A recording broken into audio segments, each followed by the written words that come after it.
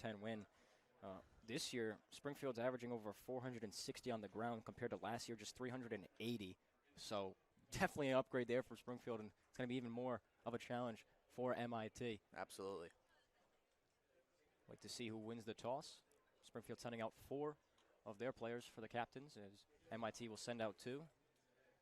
Coin is in the air. And it looks like Springfield is going to defer to the second half. So it'll be MIT to start off with the ball. MIT averaging 16 points per game this season, over 100 on the ground, 145 through the air, 252 total. And they average 30 minutes of possession time. They're going to need to extend that today because obviously that Springfield offense who, we talk about it, how they're so comfortable with these 2 to 3 to 4 yard rushes that it just kills so much time. And as time goes on, you don't even realize that, you look back, 7 minutes came off the clock from the Springfield offense. Absolutely. No, I think that's the big thing about Springfield. And because of this, they've done such a good job of controlling that time of possession. That's another big reason why they're able to win. They're averaging about 31 to 32 minutes of possession per game. So definitely, more than half in terms of that. But on this first drive, I'm going to be really interested to see what sort of defense Springfield comes out with, how they're able to attack this MIT offense. Because if they're able to get them a quick 3 and out, take only 2 minutes off the clock and punt it back to Springfield, they can just burn the clock. And we've seen them do it before, just breeze down the field. And then at that point, momentum's going to be rolling for them. So it's going to be really, really important, since MIT is getting the ball first, it's going to be really important that they start out on the right note, go down the field, get some points, put a good drive together, get that momentum going. Because if they do not, it's going to be a long day. Yeah, we see this Springfield team, obviously coached by head coach Mike Sarasulo, entering his 9th season, leading the Pride to remarkable success, including 3 consecutive NEWMAC titles and multiple NCAA Division III tournament appearances. He was named the head coach in 2016. For MIT, they're coached by head coach Brian Bubna as he enters his 7th season as MIT's head football coach, and he's taken the reins in 2018. In his first 2 seasons, he led the Engineers to consecutive NEWMAC championships, like we talked about, the only 2 teams to win the NEWMAC, and he's had multiple NCAA tournament appearances. As we are set to get underway, the wacky formation as now Springfield will line up correctly, and it'll be Ian Wernick set to kick off. Back deep for MIT, it's going to be fair caught at around the 10. Noticed MIT, lots of Guardian caps on the field. Lots of black Guardian caps, which, you always, like to see teams that, help players out with safety and all that. It could be the technology behind, obviously, MIT, Massachusetts Institute of Technology. Could be somewhat of that, maybe potentially. Trying to say, obviously it's a higher success rate of not having a concussion when you wear it, but we'll see how it plays out for them. As we are now underway, Thomas Stuber, we talked about at the top of the pregame show, going to have a big day today for the Engineers offense. Obviously, when we called the game 2 weeks ago when they played WPI, they had a good run to start. Then the flag brought them back. So to your point, River, it's going to be interesting to see how this MIT offense can get things going. It'll be a handoff and a good gain there, solid one. Like we just mentioned, how WPI had one. We'll see if they get the flag to bring them back, as they're getting some deja vu. But that will be Carson Phelps, your guy, River. Yeah, no, as I was just mentioning, leading the team in rush and receiving yards. That's a really good opening play by MIT, being able to get out to the 5-yard line, get half of the yards to get that first down is big, especially early on in the game. 2nd and 5 now, using a lot of motion already. 2 plays out of 2 for MIT, trying to create some confusion for this Pride defense. Going to drop back to pass. It'll be a screen pass. So that is caught by Colin Vollmer. Pressure being brought by Springfield. That's what they usually do. So now, River, an early 3rd and short situation for the Engineers. If you're them, is it going to be Carson Phelps who's going to get the ball? I think so. I think it has to be. I'm expecting a pass play here, especially with 3rd down. Usually, I would probably opt for a pass here, maybe unless you're Springfield. But yeah, I'm expecting a pass. Get it in the hands of Phelps. Get him out over the middle of the field. Don't expect it to be a super long play, but expect something short to be able to get that first down. Stuber, they'll go right to Phelps, who you mentioned, as the sideline-to-sideline pressure is there for Springfield. And will MIT send out the punt unit an early 3 and out to get things going and not the start you want if you're the Engineers. And it'll be Joe Maurer back deep to receive the punt. Yeah, as I just mentioned, MIT really needed to have a good drive. They couldn't really, I'm not going to say can't afford, but you don't. If you're any team, you don't want to start the game with a 3-and-out. Still a lot of time left in this first quarter as well. Springfield's already going to get the ball here, and they'll get the ball to start the second half. Springfield putting a lot of defenders on the pressure of the opponent. That'll be Daniel Monahan to send things away, and it is fair caught by Joe Maurer. Whistles weren't blown initially, but they will be now. And now out comes the #1 offense in terms of rush yards per game. The Springfield College Pride, led by quarterback Jacob Sylvester. And we'll be interested to see Coach Sarasulo talking to us at the beginning of the game, mentioned how these receivers are going to have a big game outside blocking when they come in with the 2 tight ends. Then they'll swap in the 2 receivers, are Barcelo and Schneck. So Arshan Steffen, the man, in the backfield now at a 1st and 10 on the 32-yard line. And it'll be him to receive the first handoff. Some gain there. River, obviously, for this MIT defense, it's going to be a struggle, but it'll be the 2 men up front. In that second line, and Wyatt Alford, the first year, and the senior Donnie Struckis. They're going to have a big game controlling that run. Oh, absolutely. I mean, you know, we've talked about this all day about how dynamic Springfield's run game is. They are really going to have to be very stout up front, especially considering that they're probably going to be very heavily using the fullbacks today, mostly Canizaro and Steffen, as you see Steffen in the backfield right now. But yeah, they're going to have to be very stout on that top line. It'll be an outside handoff to Dante Vasquez now, and he can make things happen. Still on his feet, and ran out of bounds at around the 44-yard line, and that'll be a first down carry.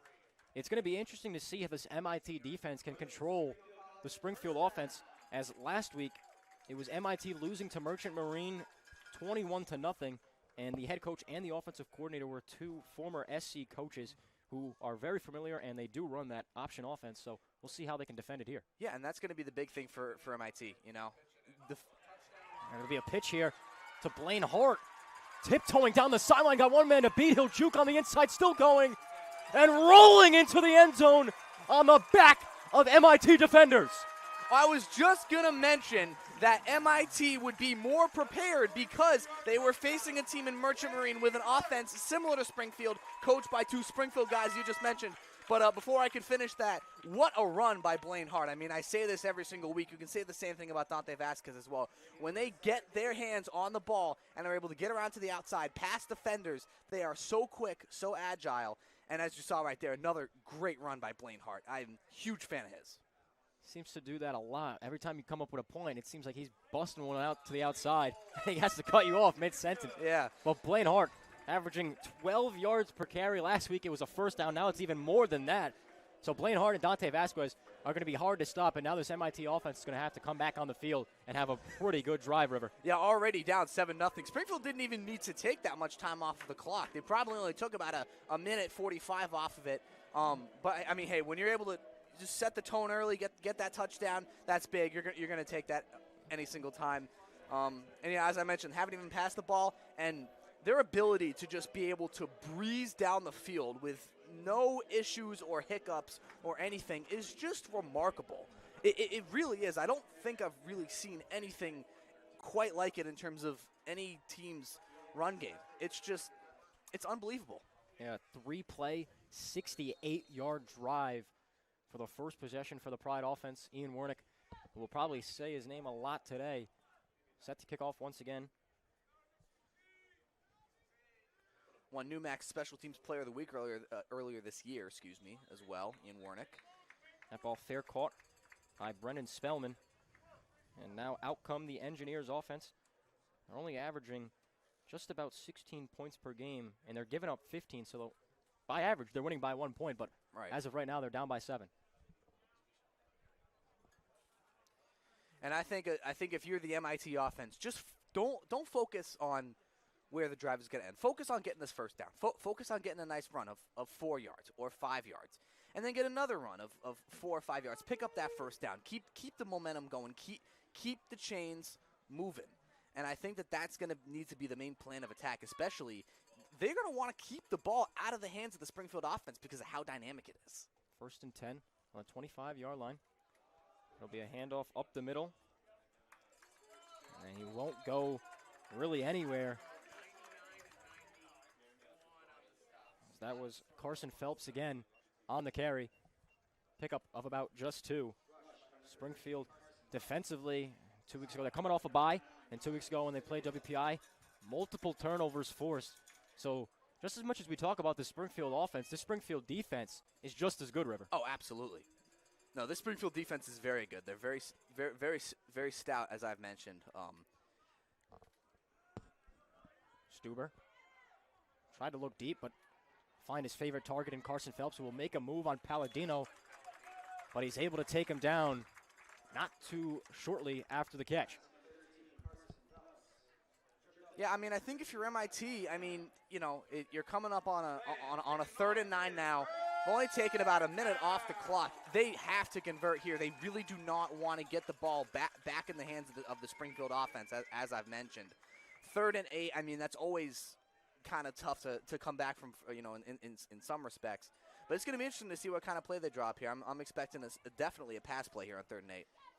Usually in these situations, Springfield brings more than 4 in terms of pressure. Hunter Hayes will go out as Billy Carr will bring that pressure, and he's taken down by the tag team duo of Isaiah Scott and Tyler Sordillo. It looks like it's usually JT Kinsey who's in there, but once again another 3 and out. And that Pride defense brought the pressure there, River. Yeah, especially as Isaiah Scott, the freshman. He's been unbelievable for this team this year, starting as a freshman.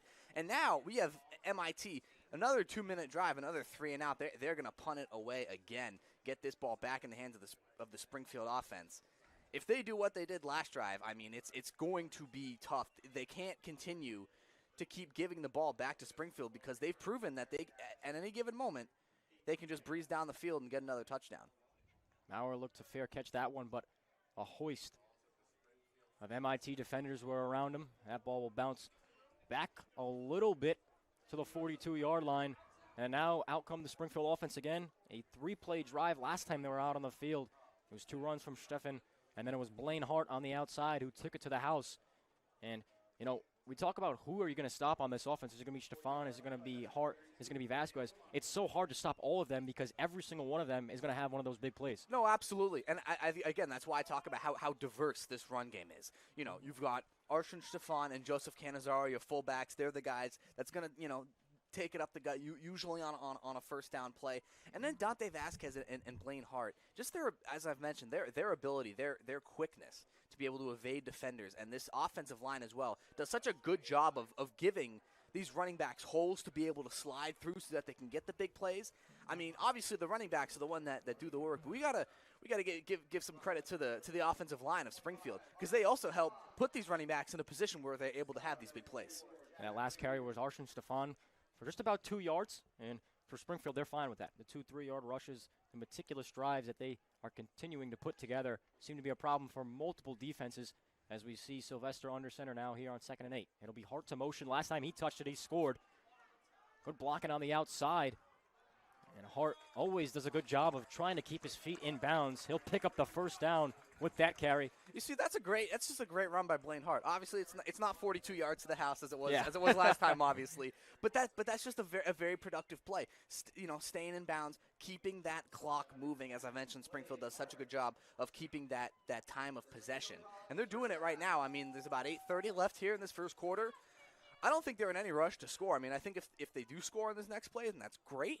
But I think they're also fine with taking another 4 or 5 minutes off the clock before giving it back to MIT. Looks like some movement from the defense. Could be an encroachment as he touched the helmet of the center. So that's Kevin Lind.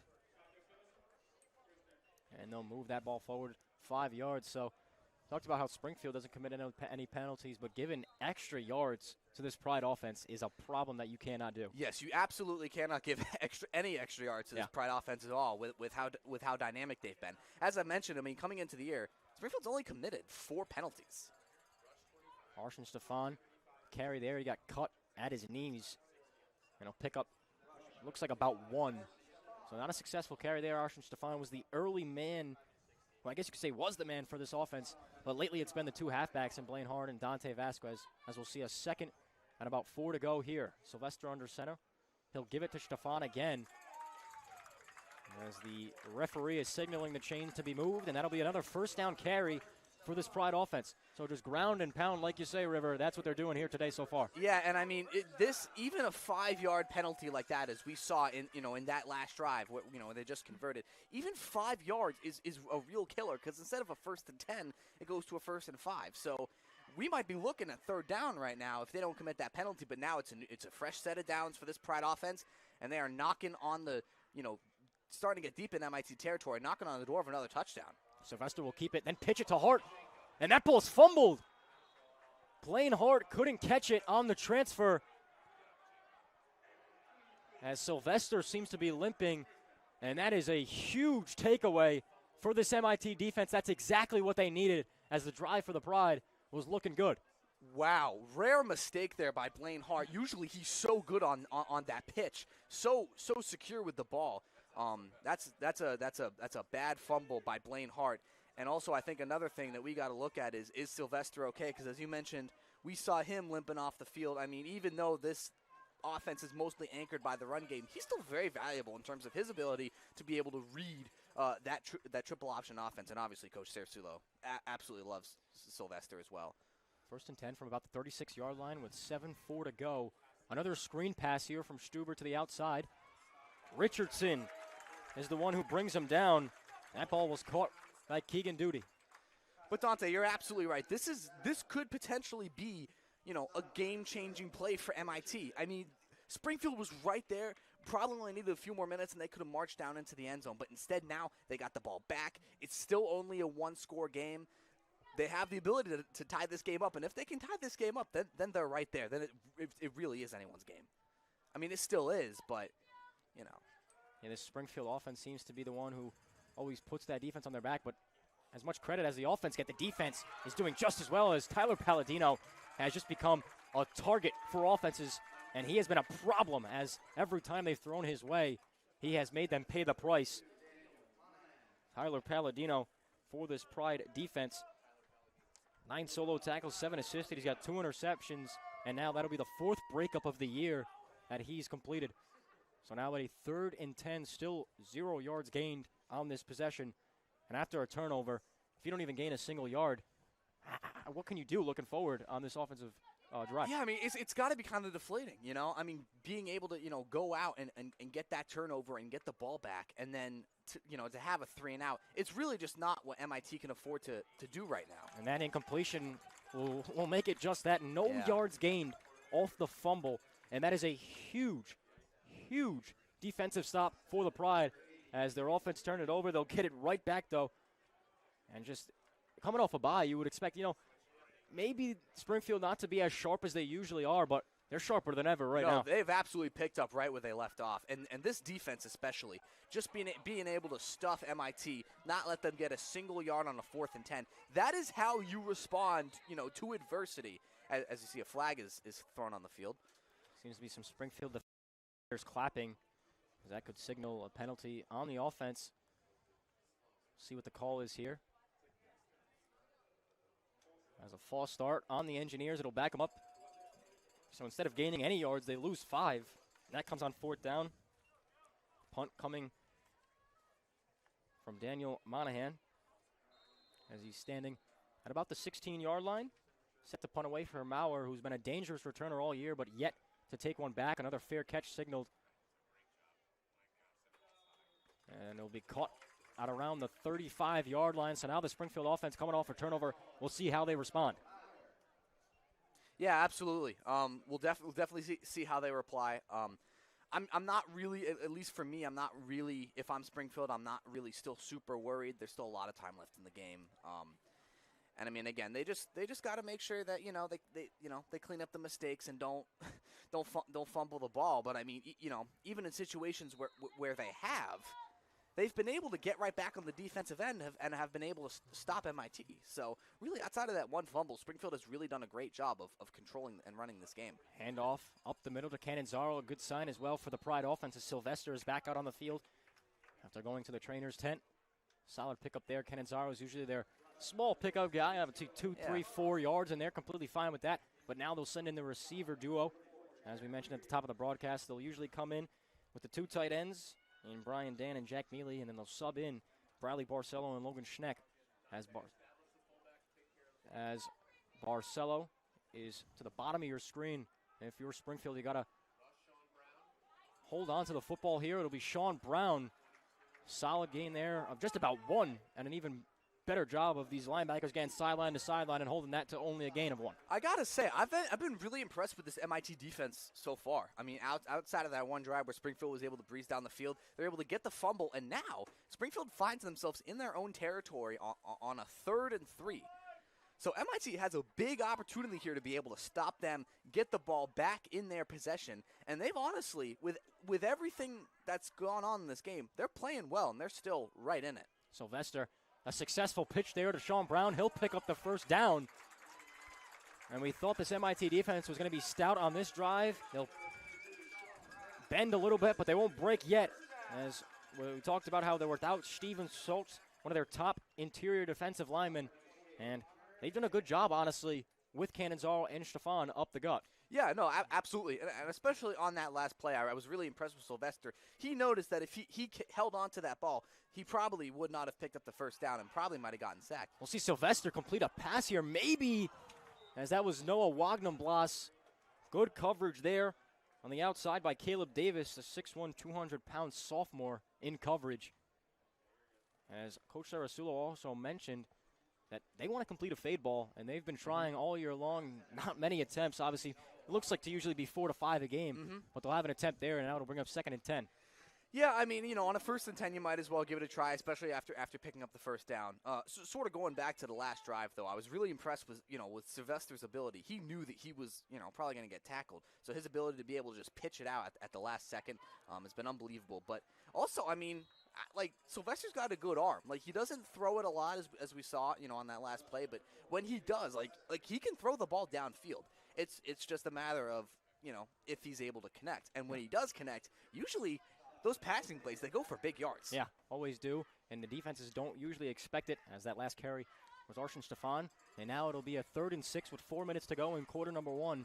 Springfield does not find themselves in a 3rd and 6 often. If it's 3rd down, usually it's 3rd and 2. So we'll see what they play here. One of the top teams in conversion rate. Beautiful ball. Almost a back shoulder throw, as that was caught by Bradley Barcelo. Jacob Sylvester rolling out. And obviously the former running back converted to quarterback, full season under his belt at that position.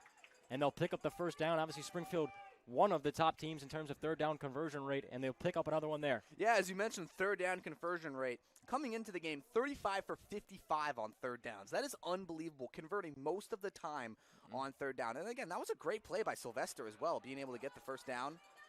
Sean Brown to the outside, pushing his blocker down, trying to get some extra yards, and Dante Vasquez, as that was a successful carry for about 8 yards. And even what looked like was a gain of 3 goes for 8. And, I mean, that's just Springfield football at its finest. 8-yard rush on first down, bringing up 2nd and 2, still milking the clock. There's only about 3 minutes left here in this first quarter. They've still done a really good job of just letting that clock bleed out all game. And now they find themselves at their 25, right, getting close to the red zone. Handoff up the middle to Cannonzaro. Not a big gain there. He might have not even gained a yard. Joseph Cannonzaro on the season, only 40 attempts for 278 yards, averaging 7 yards per carry. That one goes for nothing. And now the wide receiver duo will come back in. Sometimes that signals pass. A 3rd and short. If you're this MIT defense, what are you expecting from this run game here? I mean, I think if you're Springfield, you have to run it. I wouldn't get too fancy here. I wouldn't try to pass it. Just stick to what you know. It's you only got 2 yards to go. Just try to run it and pick up the first down. A pitch to the outside. He'll split the gap between defenders, and Sean Brown keeps the chains moving for a 2nd time on this possession. Sean Brown is so good, too. Often when you talk about the top running backs for the Springfield team, you think of Stefan, you think of Hart, you think of Cannonzaro and Vasquez. Some people might forget about Sean Brown. I mean, I was talking to Coach Sarasulo the other day. He was just raving about how much he cares about this program, how great of a person he is, how hard he works. And he said that, when he leaves Springfield, just in the community, you're going to hear about Sean Brown because he's going to do great things. Sean Brown averaging 11 yards per carry, even as the number 2 to Blaine Hart in terms of depth chart. As they'll go up the gut here again to Cannonzaro. Nothing once again, as this MIT defensive front has been stout so far today, as a minute 30 remaining in quarter number 1. and Springfield knocking on the door. Second, and about a red zone trip. Are you looking to the pass here for Springfield? They're trying to complete that fade ball. You got Noah Wagenblas at the bottom of our screens. Are you looking at him, or are you just going to continue to try to run this clock out, get to the end of the first quarter, and punch it in with the run? I think if Springfield does go for a pass, I think it's probably going to be, a contested catch by Wagenblas. But I mean, if knowing Coach Sarasulo, I think they're just gonna run it here, to be honest. I mean, I hate to sound like a broken record, but their run game is just so good. And I think at this point, even if you don't get the touchdown, I mean, you're only 12 yards away. There's a very good chance they score here. But just even if they can't, they still can take the points. They got a good kicker in Ian Wernick as well. So yeah, I would say if they do, probably maybe a fade ball to the back corner of the end zone for Wagenblas. But I'm expecting a run here for the Springfield team. Timeout taken by MIT. As we'll take one with you.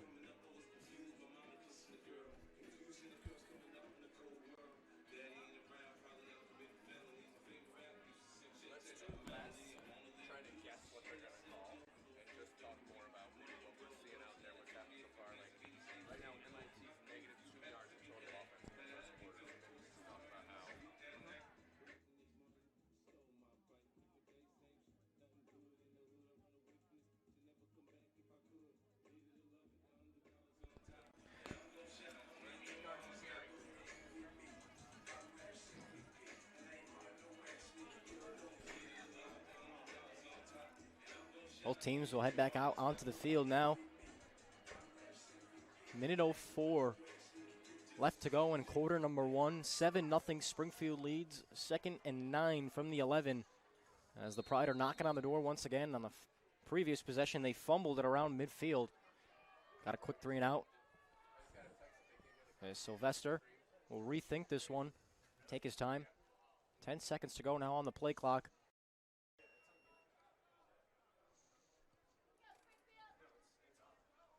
Now under 5 seconds. Sylvester's still not called the play yet. 2 seconds, and now he'll get it off. Cannizzaro with the handoff. Initial contact made by number 52 on the Engineers defense. That'll be Chase Fishman, the sophomore defensive lineman. That's a good run by Springfield. I like it. It's nice for this offense, especially, Stefan, he obviously gets a lot of reps. So obviously you want to give him some breaks. So to have a guy like Cannizzaro just be able to come in and still give you, as you mentioned, 7 yards a carry from the fullback position, that's really good. Obviously, A Springfield 7-0 lead over MIT. And after the end of one quarter, we've seen 134 rushing yards from Springfield and -3 from MIT.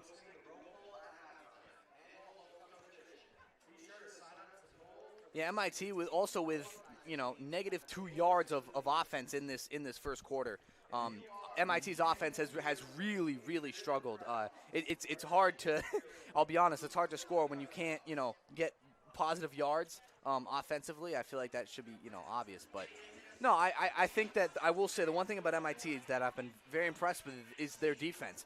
As you've mentioned, bend but not break. They've got Springfield right now. They've got them in a 4th and 2. It'll be really interesting to see what they do. If they go pass and they're able to stop it, they're not going to be in good field position once they get the ball back, but that's still a huge stop from them scoring.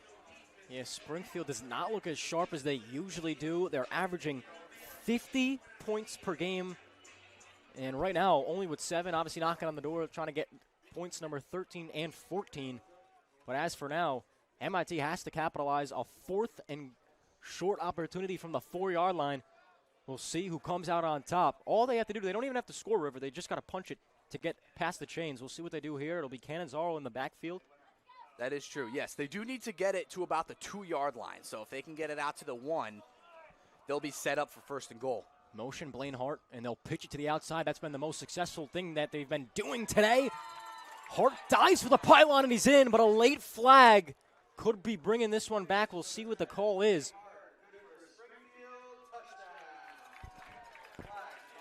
As we wait to hear from the officials what the initial call is, it was a flag that flew in sort of late as Hart had already reached for the pylon. Some Springfield players seem to be backpedaling, and it'll be on Springfield as they're moving the ball back. And it'll be a holding as they seem to call it on Dante Vasquez, who's been one of the premier edge blockers for this Pride offense, River. Yeah, and that's just a tough break for Springfield. As we were talking about it, this team, they rarely ever accrue any penalties. Only 4 penalties coming into this year in 5 games. And in that situation, especially where you get into the end zone and get a touchdown, and now you have to settle for a field goal, that is a massive, massive blow to the Springfield offense. Not a mistake that you can make. But a huge win for the MIT defense as Ian Warnick set to kick this from the 14-yard line, looking like a 24-yard field goal. The kick is up as the former special teams player of the week cannot knock it through. So it'll be a defensive stand once again for MIT. And so far today with 14:42 to go in quarter number 2, it's been the defenses instead of the offenses. Wow, I'm really surprised. Springfield's offense, that is just, as I mentioned earlier, even little penalties like that, they can hurt you so bad. Instead of now being up 13-14 nothing, they try to kick the field goal, try to make it 10-0. They can't even get that. So now MIT is in a good position to, again, be able to march down the field. That was such a good drive by Springfield. Really wasted opportunity there to get the touchdown, and they were not able to get it. Yeah, MIT still no positive yards of offense through multiple possessions. And that's the thing about MIT. Like, this offense has not been good per se, but like they're still hanging in this game. Both defenses today have been really, really good. Yeah, they've been holding down the fort for both offenses as MIT trying to get something going offensively.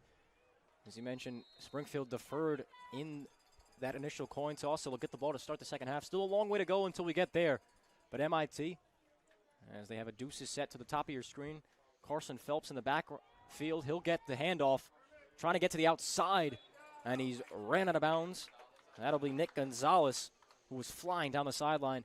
And still, even with a play as successful as that was, only a pickup of about 2. Yeah, I mean that's second and 8. I mean that's definitely an improvement for this offense. I think at this point, if you can get 2 yards on a first down, I think you'll take anything that you can get. But if they do want to continue to run the ball, they are going to have to definitely get some bigger bulk plays for sure. Listen, they are a 20-yard play away from being in not scoring position, but being able to get that momentum back and be able to get back in this game and feel confident about themselves to be able to drive down that field and tie this game, because that was a huge wasted opportunity for Springfield on that missed field goal. So if you're MIT, you really need to be able to capitalize on those mistakes. Colin Roberts on the reception there. Another pickup of about 2 for the MIT offense. And now it's decision time, 3rd and about 5-6 to go for this MIT offense, as that was kind of getting them over the positive yards mark. We'll see what the Engineers do here. It'll be Stuber in the shotgun set. He'll drop back, let it go quickly to Carson Phelps. Makes one move and a defender miss, and he'll pick up the first down and even some more. Carson Phelps, he talked about the man to watch today, as he has a big gain and a couple of juke moves there to extend the drive. Yeah, that's a really nice play by Carson Phelps, I got to say. His ability to be able to weave through those defenders. He caught the ball at about the line of scrimmage, and, his ability to be able to get through and sort of, weave through those defenders, as I just mentioned, got it out to about the 38-yard line. So that's a big play, too, on top of that. And I think now they understand, like, okay, we can score. We can move this offense down the field. I mean, the clock is not ticking right now, but they could have a nice long drive. Keep the hands out of the Springfield offense. 1st and 10 from the 38-yard line. Stuber been in the shotgun set mostly all day. Trips to the bottom of your screen. It'll be Hunter Hayes, who kind of brought the pressure. The tackle made in the backfield. That's the first year Isaiah Scott, who you'll hear a lot of today, makes the tackle in the backfield for a loss of about 2. Yeah, as we mentioned, Isaiah Scott has been playing great. 8 solo tackles as well, and an interception this year for the first year. Not often do you see a first year on the defensive line getting a touchdown on his stat sheet as well. But very impressed by the first year Isaiah Scott. Now setting up a 2nd and 13 for the Engineers. Similar set, trips to the bottom of your screen. Stuber in the shotgun set. A bad snap goes behind him. He'll try to run around it, but it'll be Will McKay finding him deep in the backfield, and that is a absolute massive mistake. And that might possibly kill the drive if you're MIT. Oh, I think it probably, very good chance it does kill the drive, but that is the absolute last thing that you can have happen to you if you're MIT. Bad snap already on a 2nd and 13. You had that momentum from the previous play to get that first down, then get the sack. Now it's 3rd down and 35 coming up for MIT. Finally, they have been getting some positive yards of offense, but that one will push them back way into the negative category. And so, as you mentioned, River, 3rd and 35 now as they're on their own 13. They'll hand it off to Phelps. Trying to get something going here. He won't get much. Gain of about 10. But even with that, it'll send out the punt unit as another drive killed out by a bad snap, and MIT still struggling to find any momentum. Yeah, I mean, they did start to find a little bit more on that drive, but you cannot have plays like that with a bad snap going over your head with that sort of lost yardage. With this Springfield defense and with the Springfield offense, even though it's struggling, that we know it can turn it on at any point. Just really a drive that had a lot of potential for MIT and just fell very flat. Now we're back deep. Fair caught at around the 46-yard line, and they'll put it down at the 47. And so now out comes the Springfield offense, who on the previous 2 drives, a fumble and then a 4th down stop that was withheld by their own holding. So now we'll see what this offense can do. Like you said, River, they can turn it on at any moment. But for now, they haven't been able to flip the switch. They really haven't, but, I mean, they have very good starting field position on this drive. So I'm hoping, or actually not, but I think if you're Springfield, I think you're hoping that, you know, you're going to be able to, with the field position, just pick up a first down, pick up another first down, and then you're starting to think, okay, we're starting to get closer into field goal range, you know, starting to get closer into the red zone, and then that's where your mindset sort of shifts, being like, okay, now we got to go out and get a touchdown. Here's Blaine Hart again to the outside. It's funny that we mentioned how the Springfield offense hasn't gotten going, but they have 134 yards on the ground, and it's funny that we say that, and that's how much they have. It's almost like this team is so good on the ground in terms of running that even a day like today where they're at 150 is an off day. It really is. It really is quite surprising. But I think that the big thing for Springfield is that their run game, it has obviously been good, but there have been 2 big mistakes that they've made that's really hindered them. Arshan Stefan up the middle. We haven't seen much of him previously. It was Cannonzaro who's been that main fullback so far today, as Stefan will move the chains with that carry, and he picks up the first down now under the 10-minute mark. Still 7-0 Springfield leads. Nice run by Arshan Stefan there. Not worried about getting much more yardage, just worried about picking up the first down, which, you know, I feel like that should be their mindset, you know, especially if, you know, if they want to win this game. Again, just, you know, bleed the clock. And, I mean, they're at the 41 now, so definitely starting to, you know, get deeper into MIT territory. Another handoff to Stefan. Not much there once again as they pick up about 3. Multiple MIT defenders on the stop, as the main one seemed to be Jack Greer, the defensive end. Yeah. 2nd and about 7 now with 9:15 to go, as both of these defenses have been the main factors in today's game. But right now, Springfield trying to put another one in the end zone. It was Blaine Hart who did it first. He'll motion here, as Sylvester will keep it and roll out. As Wagner Blas got hit as he tried to catch it, and that was broken up by Ryan Huracan. It's about to be a nice play by Sylvester. Nice throw, you know, hit him right in the chest. But, you know, MIT defenders all over. They're able to break it loose. Big play in the MIT secondary. And now, again, Springfield has found themselves in situations today where they're at another 3rd and 7. They don't find themselves, you know, on 3rd and 7s a lot or 3rd and long. So we'll see what play they run here to be able to convert. And we mentioned, we'll continue to mention how they're one of the top teams on 3rd down. But last week when MIT played Merchant Marine, they only allowed them to have 2 for 11 in terms of 3rd down conversion. Sean Brown getting to the sticks here as the chains will move. And another first down carry for Sean Brown. He's been the guy today who they've relied on. Yeah, absolutely. Even on a 3rd and 7, they're like, you know what, we're just going to stick to our guns, stick to what we know best. I mean, that pitch is so effective with, you know, being able to get blockers out on the side and to be able to, you know, create a lane for Sean Brown to be able to get those yards. He's been huge. He's been huge for this team all year. He's been, very, I think, underappreciated by some Springfield fans. He's been a huge part of the offense. Arshon Stefan kind of jumping over some defenders on MIT's defense. He'll pick up a solid carry of about 5. As now multiple, there seems to be some stoppage here. It'll be an MIT defender laying on his back.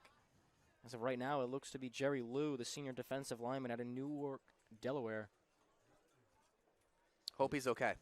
Obviously, you never want to see any injuries. We saw one earlier with Sylvester, who ended up coming back on the field, and he looked to be okay. But it's never a good sign when you see one of your players go down.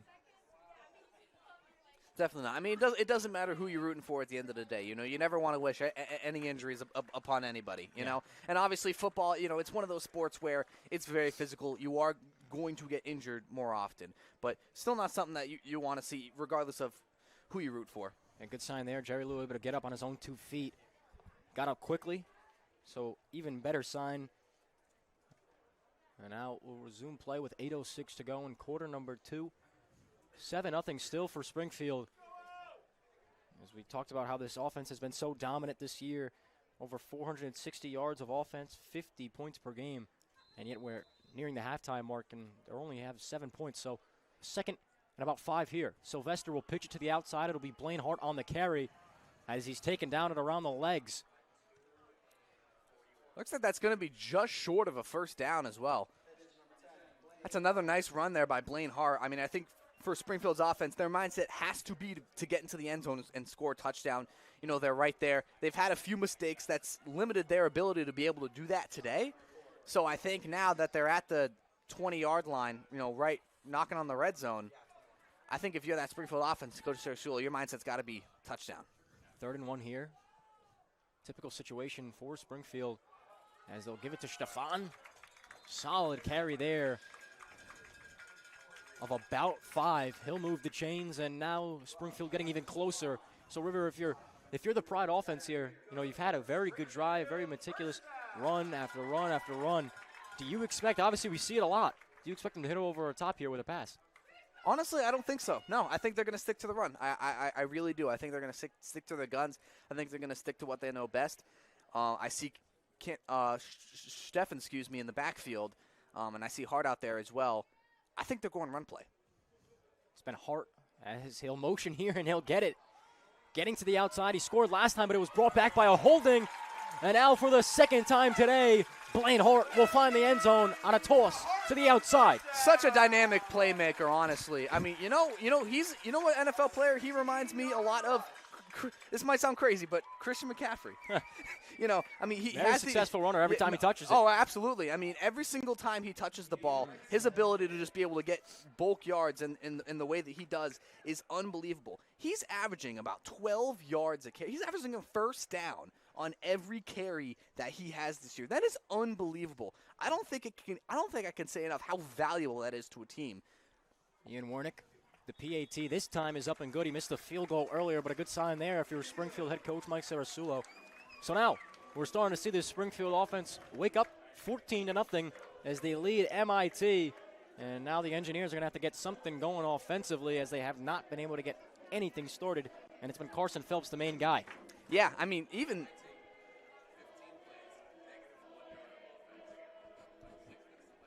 yeah, so, I mean, for this, 15 plays, -1 yards of offense for this MIT team. Really definitely need to get a good drive here going. They've been definitely moving in the right direction so far, but they've had a few instances, on a few bad plays and a few bad penalties that have really hurt them. So I think, before Springfield's going to get the ball to start the third quarter, I think before the end of the half, I would love to see MIT have a really good, methodical, 4 or 5 minute drive down the field, even if it doesn't result in the touchdown, even if they only kick a field goal, even if they do have to punt. They need some sort of momentum and some sort of hope, per se, offensively, if they're going to want to be able to win this game. That ball fair caught at around the 10-yard line, as that one is caught by Matthew Zhao, first-year wide receiver running back for the Engineers. And now with 6:40 to go, like you said, a 4 to 5 minute drive. if you were MIT here, why not just go down the field and kill all the clock you can? But it's been a struggle. They haven't been able to get anything going offensively. The run game shown some sparks, but not much. And even with Stuber, when they rely on the pass, he's kind of just dumped it down to Phelps. I'd like to see him go through his reads a little bit more. Yeah, no, definitely. And, only a few sparks offensively here and there. That's not going to be good enough against the Springfield defense. They're really, as you mentioned, they're going to have to put together, a full drive. And I think that's going to start with Stuber and his connection with Phelps. High snap once again. Stuber's got to track it down, and he'll fall on it at around the 5-yard line. And once again, just not a good start. And the center, Luke Schneck, the junior out of Westfield, Indiana, struggling as well. It's the receivers. It's everybody on this MIT offense cannot seem to get on the same page. I mean, something as basic as snapping the ball. They've had struggles with that, too, today. That's a loss of 20 yards. I mean, that's just, especially with how much they've struggled offensively. That's a back-breaking play. Now you're at a 2nd and 30. Now you're going to have to get to a few big plays just to get the first down. He'll hand it off here to Phelps. Try to make a couple moves before a decent carry there of about 6 yards.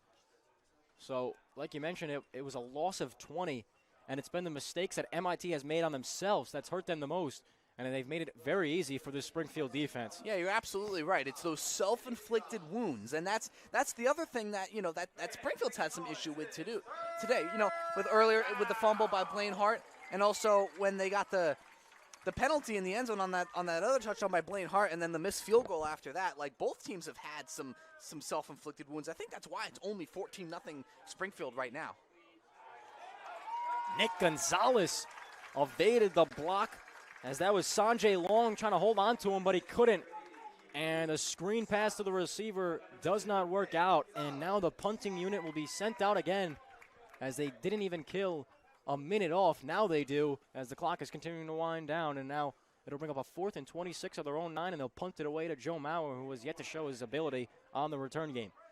And not only that, they're punting it in their own end zone. Mauer is sitting at the 49 right now. If he gets that, even a 5-10-yard return, I mean, that could be a few plays for the Springfield offense, and they're back in the end zone. Springfield, as Will McKay nearly got a hand on it, they were electing to keep some of their defenders on the field, maybe a fake, as they were trying to de-initiate that. So now that ball fair caught at around the 45-yard line, and Springfield has 4 minutes and 31 seconds to try to put together another touchdown scoring drive. Which we absolutely know that they're capable of doing that. I mean, they've shown that even on one play, they're going to be able to get down into the end zone. So we'll see what Springfield dials up here offensively. Probably going to stick with a lot of the run game, if I had to guess. Looks like see Vasquez, Hart, and Canizaro in the backfield. Yeah. Looks like Stefan is on the sideline for the time being. Yeah, usually when Canizaro's in the backfield, they'll elect to run it. They do so here. It'll be a toss to Vasquez on the outside, trying to stay in bounds as he couldn't leap over the defender there. That was Connor McHale, who forced them out of bounds. As the clock continues to wind down, but that's exactly what Springfield wants as they look to take it to the half. A little 2-for-1 here as they'll get the ball to start in the second half. If you're MIT here, how can you limit this run game for the Pride? I'm not even sure how you do it at this point. It looks so easy, for this Pride offense. Canizaro, even a good handoff there. I mean, they got Dante Vasquez as well. I was just going to mention, how similar to Blaine Hart, his ability to be able to get those big plays, is just unbelievable. As I mentioned, Blaine Hart is averaging about 12 yards a carry. Dante Vasquez is averaging 14.8, almost 15 yards a carry. And they have two guys, for their halfbacks, that can do that. And then they have their fullbacks in Canizaro, as you mentioned, averaging 7 yards a rush, and Arson Stefan, who's just so tough and physical, 1,000-yard rusher every year. Bumbling, stumbling his way to another first down. That's Joseph Canizaro. As the chains continue to move for the Springfield offense, the clock continues to wind down as we are nearing halftime. Like I mentioned, a little 2-for-1 opportunity now for Springfield, trying to keep this MIT offense off the field, who hasn't really done much. So even if they come on the field, the Springfield defense has proven that they can withhold the Thomas Stuber-led offense. Yeah, I'm not sure how much Springfield needs to worry about MIT's offense at this point in the game. But I think regardless of that, this drive is going exactly how Springfield wants it to go. They're burning a lot of time off of the clock. They're deep in MIT territory. The half is near. Putting together a good drive. Sylvester will keep it as he's hit hard by a lot of defenders. That was number 7 on the stop, Chase Williams, the outside linebacker, who was tracking down Sylvester. Yeah, Sylvester doesn't run with the ball a ton, but when he does, like he's very fast, he's very quick, he's very athletic as well. When he does run, he has the ability to be able to, like all the other running backs, be able to rip off some big plays. He's very fast, very elusive. Does a great job of reading the triple option as well, so he knows when to keep it and when to pitch it off. He's got 7 touchdowns on the season in terms of rushing. 2 through the air. Cannizzaro finds a hole, runs a man over, and he's short a yard. What a run by Joseph Cannizzaro, bulldozing his way nearly into the end zone, and that might take us to the 2-minute timeout. Usually they stop it, but they won't here. As the whistle's finally blown, and they'll signal the 2-minute timeout. But what a run by Joseph Cannizzaro, as we'll take a quick break with you.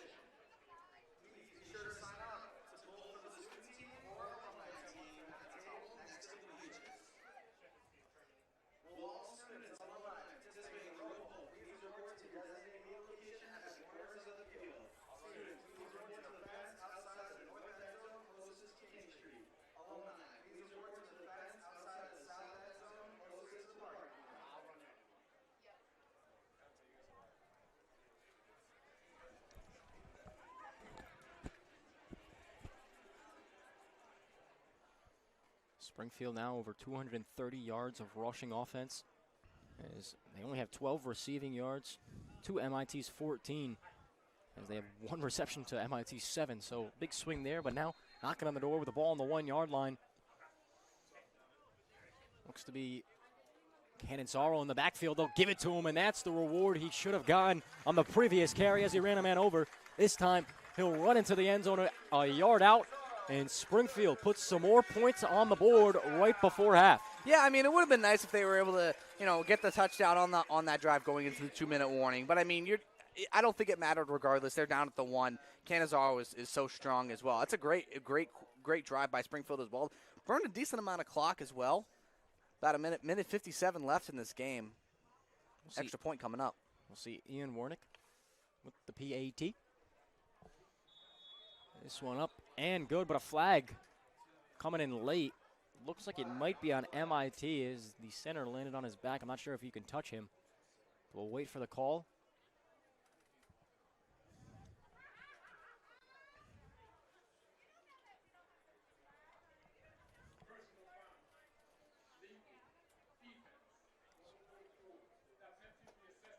So they'll say personal foul leaping as he maybe jumped over the center and seems to be illegal. But with a minute 57 to go in quarter number 2, a 21-0 lead, and we haven't seen MIT be able to put together a long drive. River, do you think this offense has the capability to put together a 2-minute drill drive? I'm not sure. I mean, we haven't really seen anything out of this MIT offense that has signaled that they're able to do that. I mean, I think that, obviously they have to start getting, Carson Phelps, more involved, and he has to start producing a little bit more. But I also think that's easier said than done, I mean, I think that at this point, MIT just, do what you can do on this drive, go into the half, reassess, try to tweak some things, and come out in that third quarter and try to, restructure your offensive game. The ball will be placed at the 50 due to the penalty on the PAT. As if you're MIT here, I kind of think the most important thing is you don't give the ball back to Springfield, because they've been able to score pretty quickly. So even with the minute 57, those drives for MIT have ended so quickly, as we'll see a squib kick here, and it'll force MIT to return this one. Brennan Spellman was the one who caught it near his own goal line, and he'll take it out past the 25 and fall down at the 27-yard line. So now out come the Springfield defense and the MIT offense. The defense for both teams so far today, as that's been kind of getting lowered for the Engineers defense. But Springfield, their defense has done a great job today so far, allowing negative 31 yards. Yeah, no, honestly. I mean, a few of that has been from a few bad snaps from MIT as well, obviously. Some of that is, on the team themselves. But regardless, it still shows how good this team has been defensively this game. They really have not allowed MIT to get anything going. Little delayed handoff to Carson Phelps. He'll try to get to the outside, and he can. He's taken down by Joe Maurer. I mean, that's just another very deflating play for MIT. I mean, Maurer, he's so good with his ability to be able to, return kickoffs and then, be in the secondary, the way that he is. Like, he is a great player, no doubt. Flag on the play here. As they're signaling a holding on the offense, and Pride might elect to decline it. Wait for the call as the officials group up.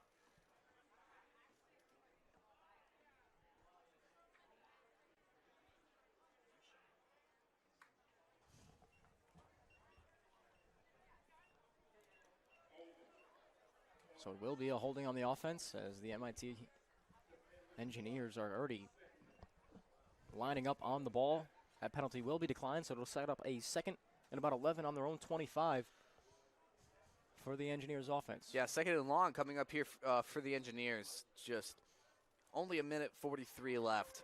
I mean, even if they can get any sort of positive yardage, that's going to be good for momentum-wise. Almost intercepted as that route was undercut by Nick Gonzalez. As that pass was intended for Colindus Roberts, Stuber tried to let it out quick, and he almost paid the price as Springfield would have gotten it back with a minute 38. Way more than enough time to score. Oh, absolutely. Especially with the field position that they would have as well. They'd be right there. They'd just be able to easily march in the field. Gonzalez was coming and just almost picked that off. I'm actually kind of surprised. It looks like he got his hands on it but wasn't able to corral it. Yeah. But just another very, very quick, lifeless offensive drive for MIT. 3rd and 11. Stuber will look over the field. Intercepted this time by Gonzalez. As that was Brian Feliciano who made the tackle, his own teammate. And this time Gonzalez gets what he asked for. Yeah, it looked like MIT was getting a little bit desperate there. Really trying to get a big play so that they're able to have enough time to score. Excuse the voice crack. And Nick Gonzalez coming up, reaching out, now having the hard hat on. Unbelievable play by Nick Gonzalez. That's got to be so deflating for this MIT offense too. On a 3rd and 11, try to get a big play, and you get picked off. And now, as you mentioned, Dante, one thing they couldn't do is give the ball back to Springfield. They gave it back to him with a minute 32 left. Yeah, they're right over midfield at the 49-yard line, and we'll see if Springfield, with a minute 32 to go, can put the ball in the end zone. It'll be Stefan in the backfield. They'll motion Hart, and Sylvester is going to roll out, trying to find a man as Wagenblas couldn't snag it with one hand, and an incompletion there for the Pride. Slightly surprised by that play from the Pride offense, I'll be honest. Sort of Sylvester rolling left, trying to find Wagenblas as well. Kind of surprised they didn't go with a run play. I think if they were to run, they would have probably gotten at least 5-6 yards. Just knowing this team. Again, even up 21-0. I mean, I guess probably thinking that they could try to take a shot and get some yards, but slightly surprised with the play call from the Springfield offense. 2nd and 10 now. Sylvester will keep it, then pitch it to Vasquez on the outside as he runs a man over. Demoralizing are the halfbacks for the Pride offense. The tackle was tried to be made by the first-year Wyatt Alford, and he got a little bit of a wake-up call from Vasquez, who's the senior. No, literally. No, Vasquez is, as I've mentioned, I feel like I'm a broken record, but he has been unbelievable for this team, especially getting out of bounds, too, stopping the clock. Still got a minute 20 left on this clock. 3rd and 5 coming up. This is going to be a big play for Springfield if they want to be able to get into the end zone. Sylvester hands it off to Stefan as he was either tackled by the leg and flipped over, or he tried to do that himself, but I'm sure he was tackled and then flipped over as the clock continuing to tick here now as we are on the brink of getting under a minute. As it is 4th and about 4. Yeah, it looks like he got tripped up a little bit on that play. kind of unfortunate that Springfield was not able to convert, but the offense is staying out on the field. So it'll be interesting to see what kind of play call Springfield runs here. And I think this is a good decision from head coach Sarasulo. You haven't even given up any positive yards whatsoever for the MIT offense. So even if you don't convert here on 4th down, your defense still gives you a good chance to hold down. For sure. The one thing I will mention about Springfield, though, as we've talked about how good they are on 3rd down, they have not been very good on 4th down. Only 2 for 10 this year on 4th down. If there's any part of this Pride offense that maybe struggles a little bit, it is on 4th down and converting.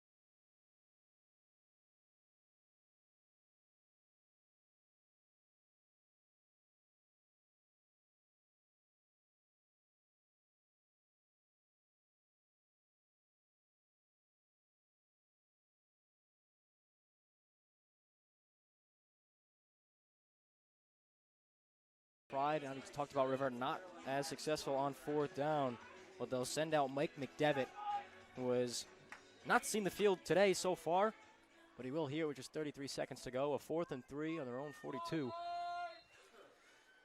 As they'll punt this one away. Yeah, it looks like they decided not to try to convert on 4th down. They're just going to punt it. I can't say I entirely blame them, to be honest. They're up by 3 scores. There's only 30 seconds left in this half. Very good chance that MIT just takes it and kneels it down to send it to the half. So I don't entirely blame the Pride offense for this call. McDevitt waiting to receive the snap. He will. Send this one deep.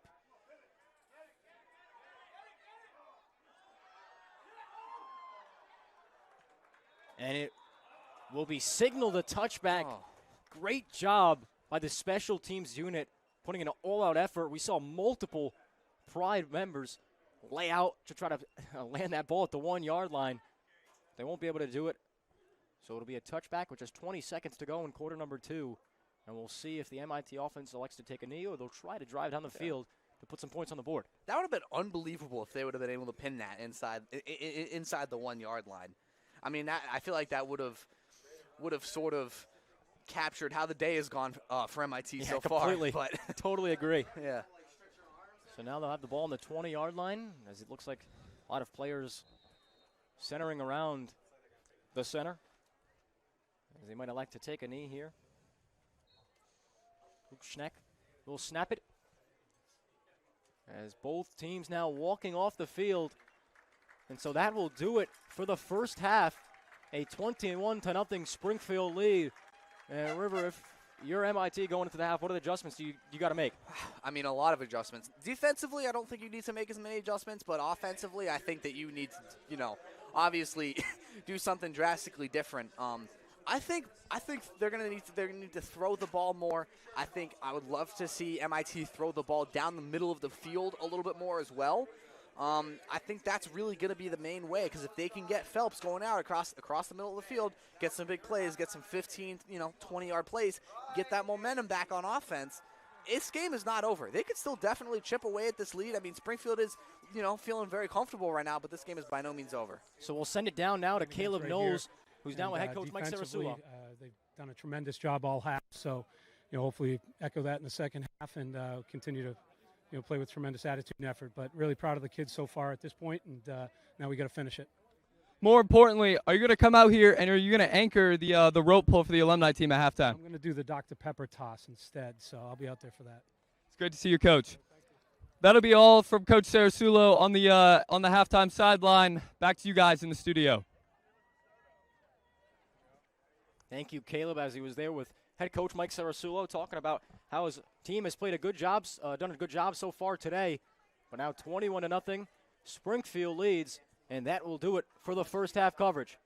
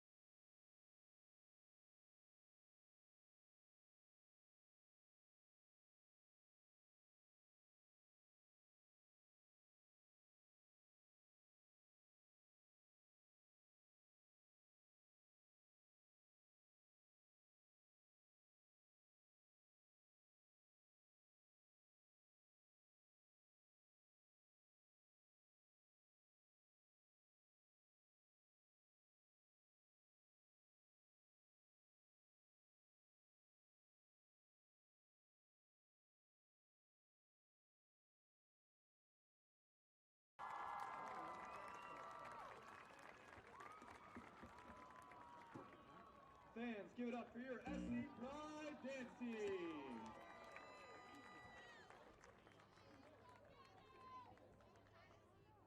At this time, we need all participants for the rope pull contest to come to the south end zone area closest to the parking lot.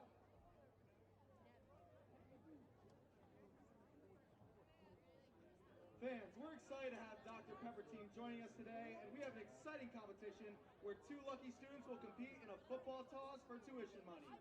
For today's toss competition, we have current Springfield students, Carolyn Ives and Kevin Irati. The participant that completes the greatest number of successful throws into the Dr. Pepper can will win the top prize of $5,000 in tuition money from Dr. Pepper. Please cheer on your fellow students as we begin our competition, and make sure to pick up a Dr. Pepper when you feel like treating yourself to something sweet. Each participant will have 30 seconds to throw as many successful tosses as they can. Our referee, Drew Soren, will hold up his hand for each successful toss or when the ball hits the black circle. Kevin, your time starts now.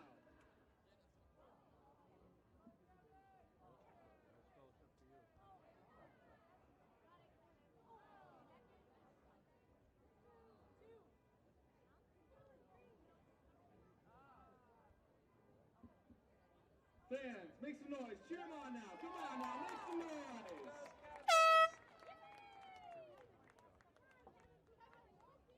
Let's go, Kevin. Time is up. Kevin, your final score was 7. Give it up for Kevin, everyone. Kevin.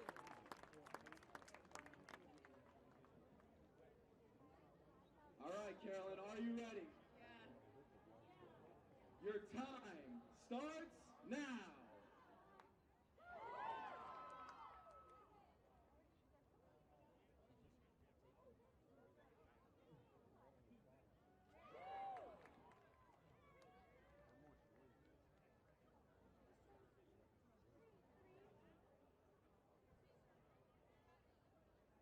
Make some noise for Carolyn, everyone. Give her some help. Give her some encouragement. Let's go.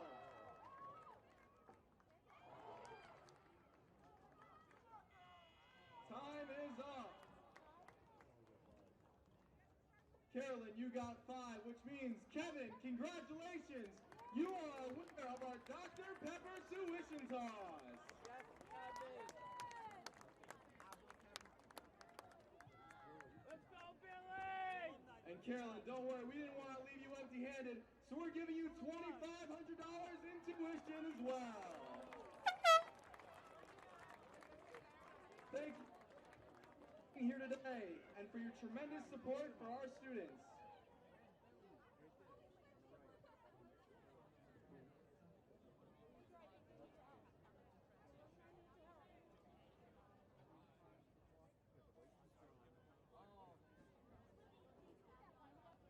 Fans, don't go anywhere, because we have one more piece of halftime entertainment, our Alumni Student Rope Pull.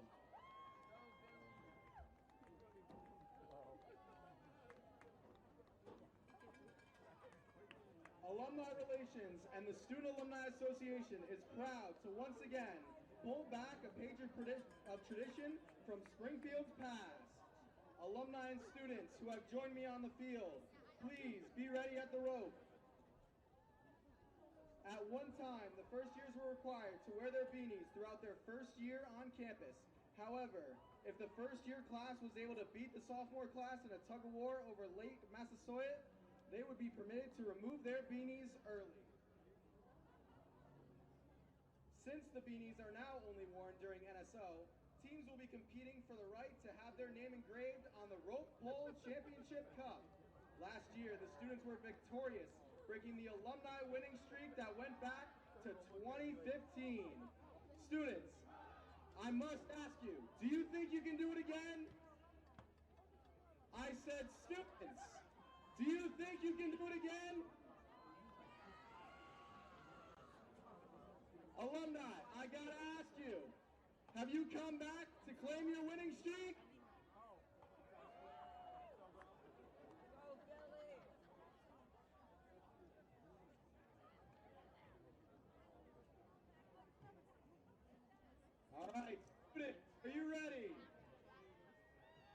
Alumni, are you ready?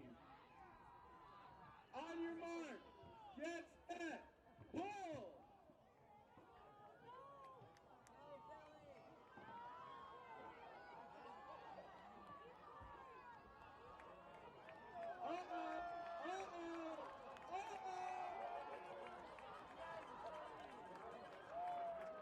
That's it! Ladies and gentlemen, your winners of the 2024 Student Alumni Roll Call, the Alumni!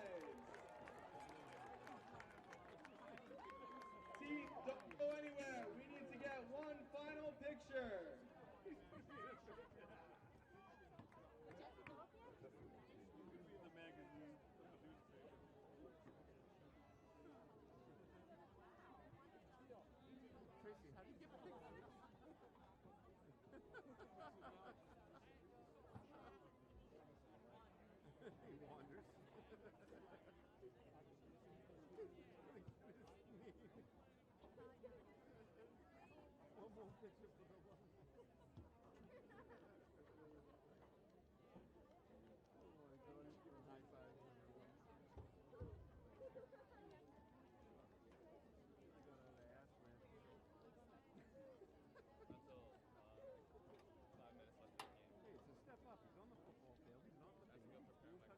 Student alumni, do not go anywhere. We have one final picture at midfield.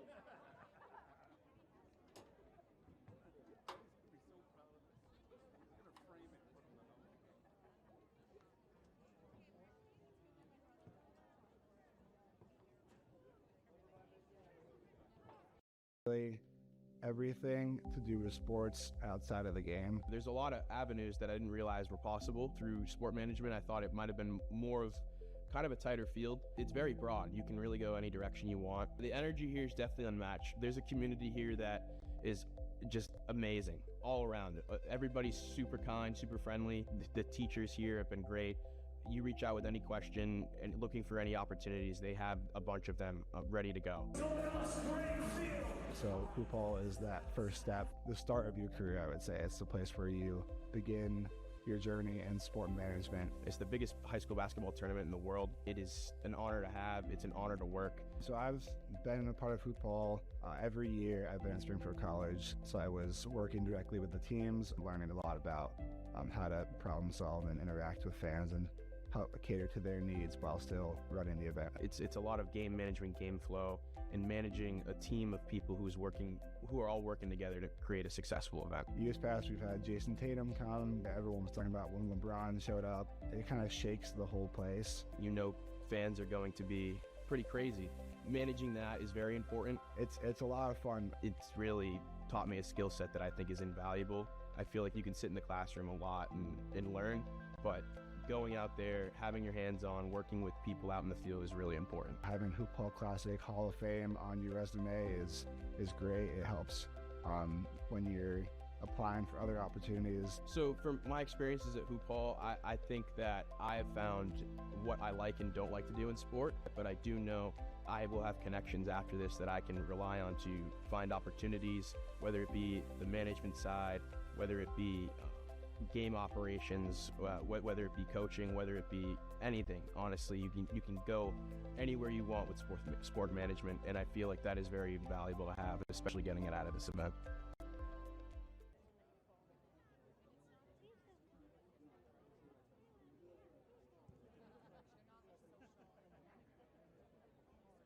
If you have friends and family that couldn't make it to the gridiron today, please be sure to let them know they can tune in and watch the event live with FloFootball.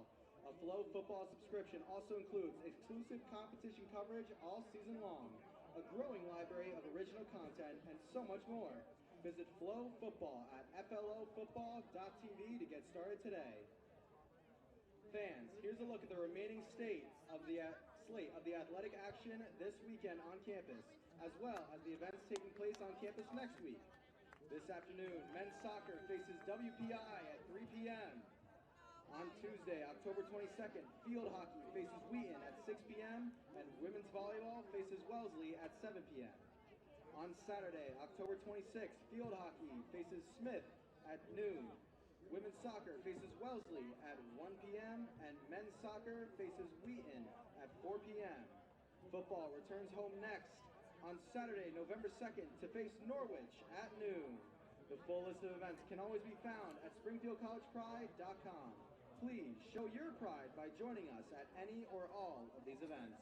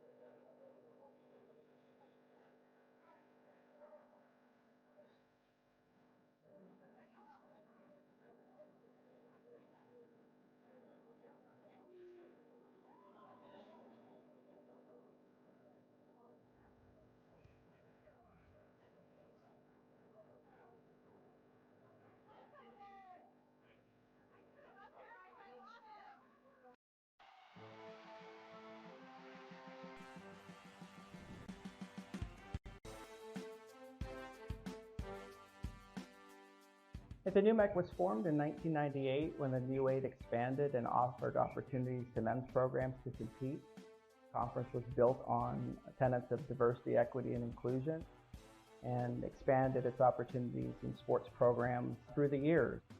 And we try to focus on the success of our student athletes, both academically and athletically.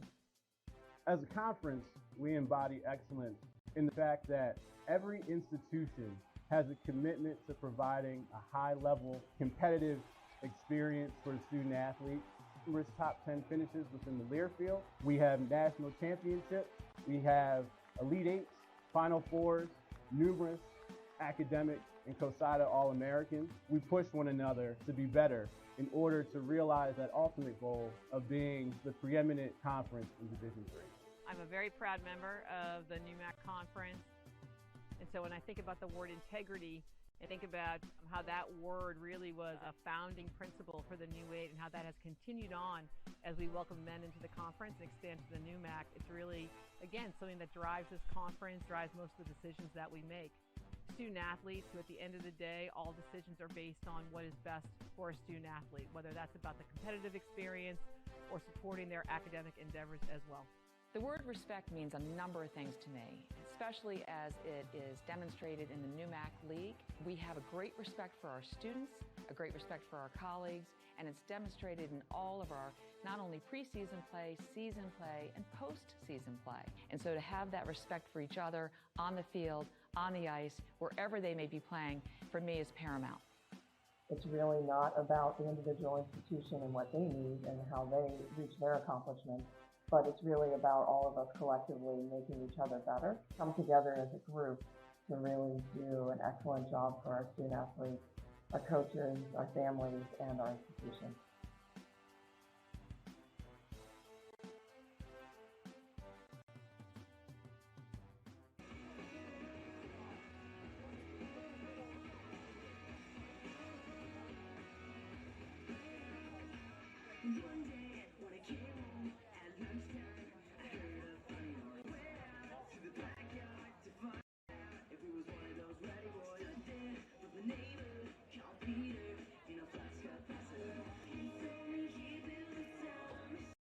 So I was an athlete my entire life growing up, and you realize realize that eventually that's going to end, right? So you start thinking about what's next after sports. I made the transition into exercise science and found coaching, started coaching track and field, and fell in love with the weight room. So I took that next step and sought out Springfield College because it's the best program in the country for strength and conditioning. The program so far has been amazing. Faculty here has been outstanding for me.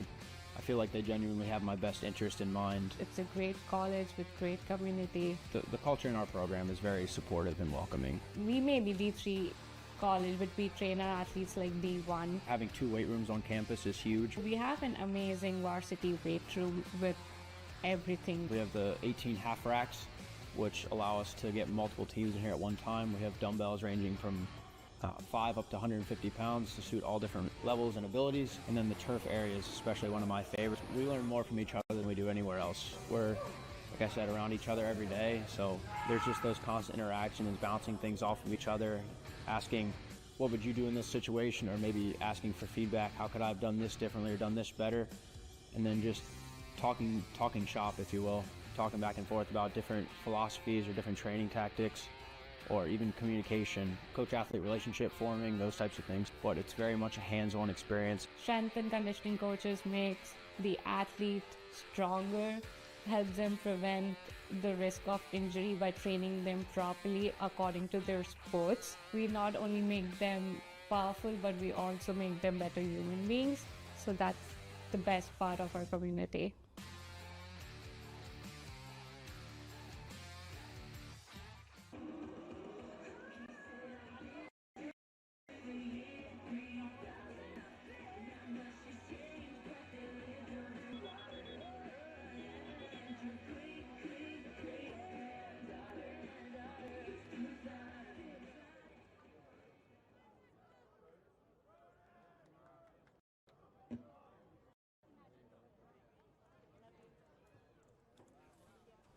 We welcome you back for those who are listening in on Flow Sports for the second half kickoff, as it is a 21 lead for Springfield over MIT. And just to go over some first stats for Springfield, 16-1 in first downs. They had 34 rushing attempts to MIT's 11, as Springfield tallied 239 rushing yards to MIT's -33, as they're averaging -3 compared to Springfield's 7 per carry.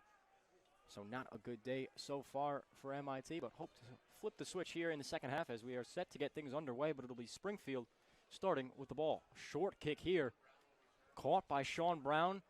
He's got a little bit of a hole and nearly a broken tackle away from scoring as he's taken down at around the 45. So River not the start MIT wanted. Nope. As they trail by 3 scores here, and now Springfield with the ball looking to extend that lead. If you're MIT here, what can you do offensively, but now I guess defensively first on this drive? How do you get a stop? Well, I was about to say, I mean, obviously they got to stop the Springfield offense first. I'd say expect the run, try to see people on the outside, because obviously we know Sylvester, he loves to pitch it out to Hart and Vasquez, but you also got to be careful of the middle as well. So I mean, it's a tough offense to defend, in general. But they do, regardless, need to stop here. Blaine Hart get the handoff as he's hit hard. Some helmet-to-helmet contact there, and Blaine Hart is not going to get to his feet yet, as the trainers will check on him. Seemed to be some targeting there, but there was no flag thrown.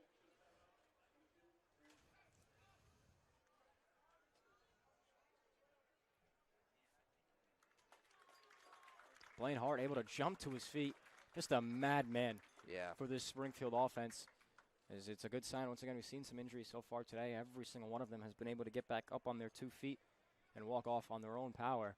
So a good sign there for Springfield. Yeah, and that's huge. Especially him being able to walk off on his own power, that's huge. Obviously, as I mentioned earlier, you never, regardless of who you're rooting for, you never want to see anyone back injured. But I think especially Springfield offense, him would have been really tough. I think for them, it's a good thing that he's still in the game. Sylvester now a 2nd and 5. This is the motion, Sean Brown, and they'll give it to Stefan. Up the middle and taken down, but not before he picks up another first down for this Springfield offense. Yeah, nice run by Stefan on that run. Found a nice little hole there and was able to pick up about 7, it looks like. Now out to the 43. Springfield making quick work of this WPI defense. I mean, they started with great field position, so that certainly helped. But yeah, MIT. Excuse me. Thinking about 2 weeks ago. 14 minutes to go in quarter number 3. 1st and 10 on the 43-yard line, and this offense for Springfield trying to put together a good drive as they'll find Vasquez on the outside. They'll fight off the defender. That's Jack, and then he's taken down at around the ankles as the safety, McHale, came all the way down, but not before another first down for Springfield. Yeah, I mean, this, again, as I just mentioned, this offense is so hard to defend because they can just hit you any which way they want. They can take it up the middle for 5 yards. They can pitch it to the outside for 20.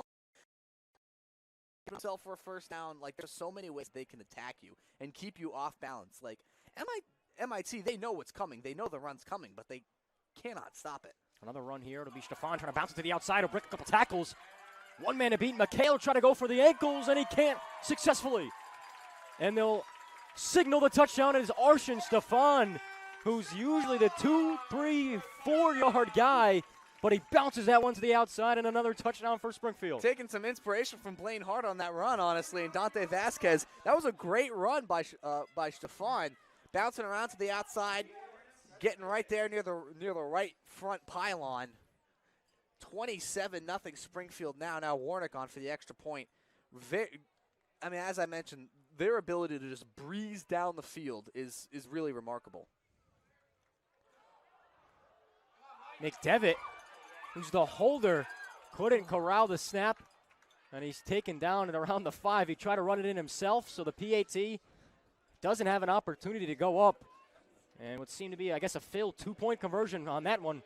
No good, 27-0 with 13:06 to go in quarter number 3. This crowd would have gone electric if McDevitt took that in and was able to get it in for 2. This crowd would have absolutely lost it. You heard some chants going, "Go McDevitt," as they thought he was going to get loose. He had a chance, actually. It looked like he had some space, but ultimately chased down to the sideline. Can't get in. And another special teams miscounter for the Pride. Yeah, I'll be honest. I thought he had it for a second, but you know what? A for effort for sure. Punter doesn't usually get much love. No. But he had a chance there, so it'll be Wernick set to kick off again, and another not even 2 minutes taken off the clock. A good drive for Springfield.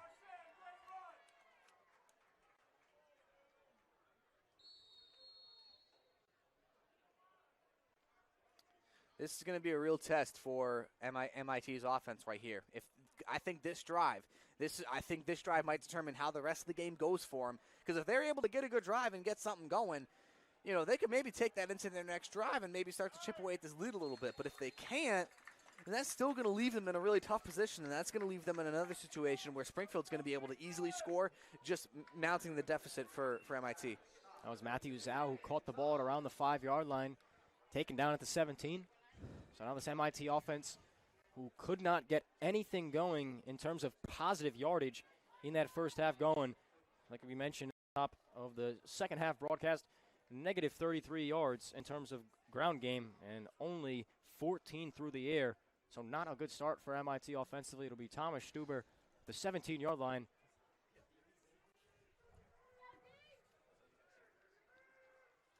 Take the snap here. Hand it off to Spellman. Not too much. He'll pick up about 4. And now a 2nd and 6 coming your way.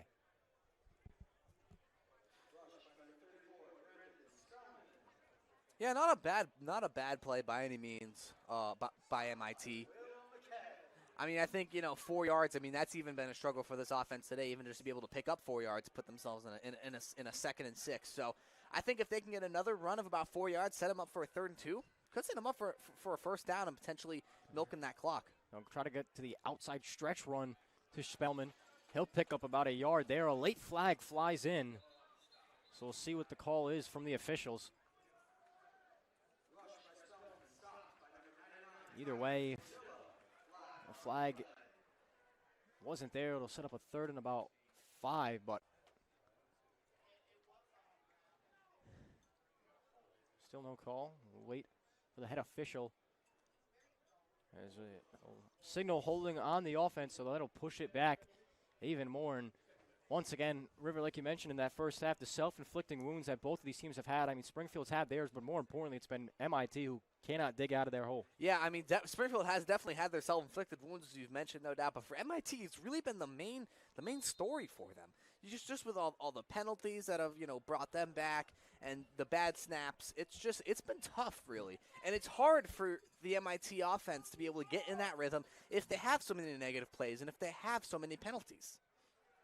Stuber will drop back, surveying the field, and he'll just dump this one in front of Spellman as the pressure was getting to him. Another thing about this MIT offense, they have not put themselves in good position to be able to convert to get that first down, especially on third down.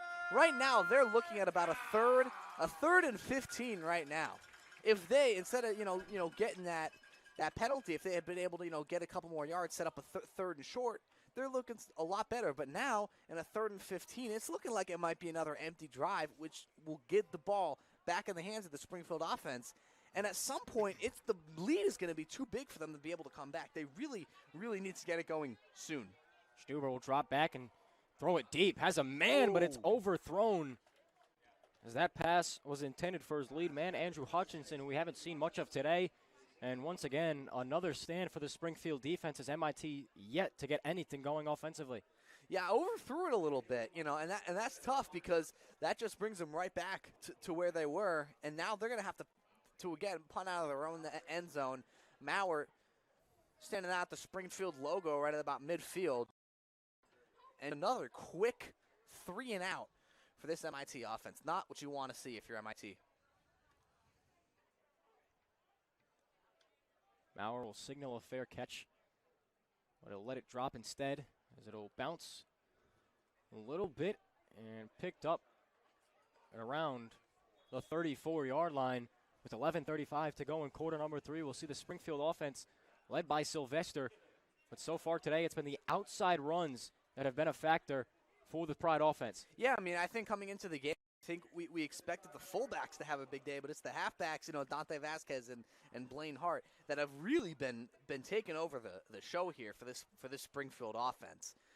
Obviously, Stefan, he's had a good day. Canizaro, he's had a good day. Sean Brown has also had a great day as well. That's 5 guys who you can point to and be like, yeah, in any given moment, you can rely on these guys to get you good production. 1st and 10 from the 35-yard line. They'll pitch it to the outside. It'll be Sean Brown, who's got some good blocking and a little bit of running room, as he'll pick up about 15 on that carry, and he'll move the chains again as this Springfield offense just continuing to push it down the throat of the MIT defense. It looks like they're using Sean Brown in a similar way that they're using Blaine Hart, which I think really, really, really helps them out. And I think that's just how he's played best. He's a short dude. He's not. He's a little, short, but he's very athletic, very quick. Really can bounce around any part of the field. And once he's out in the open, and once he's going, he's a tough guy to take down. Another 1st down for the Pride. Sylvester will look back at his sideline, getting the call as he'll let the play clock, continue to wind down. He'll hand it up the middle to Stefan. Gain of about 2, not much there. But the offense for Springfield trying to look to put together a little slow drive here to kill some clock. Yeah, absolutely. And that's, good, nice run there by Stefan. Even though he only, picked up 3 yards, clock is still winding down, sets them up for a 2nd and 7 now. Who knows? Maybe they try to catch MIT off guard. A little pass play to Wagenblas. Or actually, he's not even on the field. Logan Schenk, receiver. As well, they'll side of Vasquez, quick speeds. Not enough there. He'll pick up about 3 as the clock will continue to run. Didn't get out of bounds, but we'll see a man down on the field. Dante, want to know an interesting thing? Dante Vasquez, the two Dantes. I'm a little Dante here. Yeah, but get this. So Dante Vasquez this year, in every single one of his rushes, he has had 0 rushes for negative yards. Just a powerful back. Doesn't really get taken down in the backfield. Another injury here. That'll be Travis Gauze. Once again, getting up on his own 2 feet. Another good sign. That was after Vasquez picked up about 3. Calls the starting left guard for this Pride offense, so it'll bring in Makai George, the 6', 290 sophomore out of Bethlehem, Pennsylvania. They'll try to take that role. The third and short opportunity for Springfield as they'll line up on the ball. MIT not ready yet. We'll see if they try to catch him off guard, but Springfield offense will let the play clock wind down a little bit more.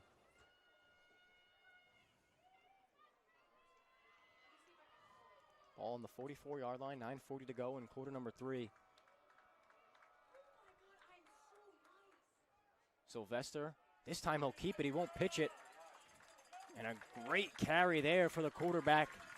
Jacob Sylvester will pick up the first down, and the Chains will continue to move on this drive. Yeah, 3rd and 4. Nice run there by Sylvester, getting out to about the, looks like he got it out to the 32-yard line. Great run by Sylvester, as I mentioned. Doesn't run it a lot, but he knows when to run it, and he knows when to pitch it. Obviously, he saw in that situation that he was able to take that and get the first down, and another great play by Jacob Sylvester. He'll take his time here. As we've seen multiple times on this possession already, Sylvester looking back at the sideline for an extra play. Maybe just trying to confuse the defense and let the play clock wind down. They'll motion Sean Brown, and it'll be a pitch to him. Tries to spin, but Donnie Straukus was the man who took him down there, and as he's kind of wincing in pain. Able to get up from some of his teammates there. Good sign once again. We've seen multiple injuries today, but all of them have resulted in at least the players being able to get back up on their own 2 feet. So now the Springfield offense will send out the 2 receivers in Schneck and Barcelo as they'll sub out the tight end duo. And another second down opportunity here on the 29-yard line. Springfield trying to punch it in to extend the lead. They already lead 27-0 as they'll motion Vasquez. Sylvester drop back to pass, but he can do it with his legs, we've seen. And he stiff arms a defender out of bounds, but he's stopped just short of the yard to gain. That's a good run by Sylvester, setting up another 3rd and short for the Pride. Strong guy, too, very athletic, very strong guy. As you can see, he was kind of getting into it with the defender. Almost looked like it kind of stiff-armed him a little bit. But, yeah, and he's, 3rd and 1 now coming up. Expect probably another run play for the Springfield offense. Very rarely does Springfield rush the ball for negative yards, so we'll see what happens here. Pressure up the middle. Stefano will bounce it kind of inside that tackle gap. He'll pick up the first down, and the Chains will continue to move. A slow but successful drive so far for Springfield as they are now once again knocking on the door inside their own 20. Knocking on the door is correct, Dante, for sure. They're definitely knocking on the door, only probably a couple plays away. Also, I got to say, they've done a great job of just sort of letting the play, letting the drive sort of wind down. And it's been about a 6-minute drive so far for the Pride. They've really done a good job of milking all the clock. They'll keep it here. Sean Brown making a couple juke moves on the inside. The elusiveness from Sean Brown, as we've seen today, obviously with Blaine Hart taking that hard hit to the head. It's been Sean Brown's day, and he continues to prove why he's a reliable back. He's limping also. Multiple players in this game dealing with some injuries that could be coming off that bye week. Some cramps, but with 6:25 to go in quarter number 3, they are now inside their own 10, a 1st and goal trip here for the Pride. Sylvester under center. The play clock now at 10. I'll hand it off to Stefan, putting his head down, trying to roll into the end zone, but ultimately stopped at around the 1-yard line. So now another opportunity. Will it be Stefan, or will they try to go to the outside here, River? What are you doing? Oh, I think they give it to Stefan. I mean, he's so good about just going right through all the defenders on that front line, taking it up the gut. I think they're just going to hand it off to Stefan. Powerful running back in Stefan as well. So I think that they'll just give it to him, get the 6 points, and move on to defense. But we'll see what happens. Stefan in the backfield here. We're starting to see that without one of their premier defensive lineman players, Steven Schultz, he could be a huge help here in the red zone. As Stefan leaps over defenders, and he's into the end zone. And Springfield adding to the lead here. And River, you had it all the way along. It was Archer Stefan up the gut. I mean, who could have seen that coming, honestly? I mean, predictable play for sure, but I mean, hey, if it ain't broke, don't fix it. So, yeah, great drive there by the Springfield offense. Now 5:25 left quarter. They basically used up about half of the time in this third quarter here.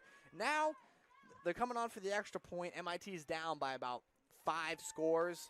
It's going to be tough. I'm not going to say it's impossible because nothing's impossible, but it is going to be a pretty big uphill battle for MIT from this point forward. Yeah, 10-play, 66-yard drive. That was a little bit of a knuckleball on the PAT, but it goes through. Looks like they almost lost it again on the PAT, but, I mean, they were able to save it this time, give them their 34th point on the afternoon. So now 5:25 to go in quarter number 3. This MIT offense still yet to get anything going as they still have a negative 29 rushing yards, still 14 receiving, haven't caught a pass. But MIT, any momentum or anything whatsoever has just been completely thrown out the window so far in the first half, midway through the third quarter. And so it'll be Ian Wernick in the special teams kickoff unit.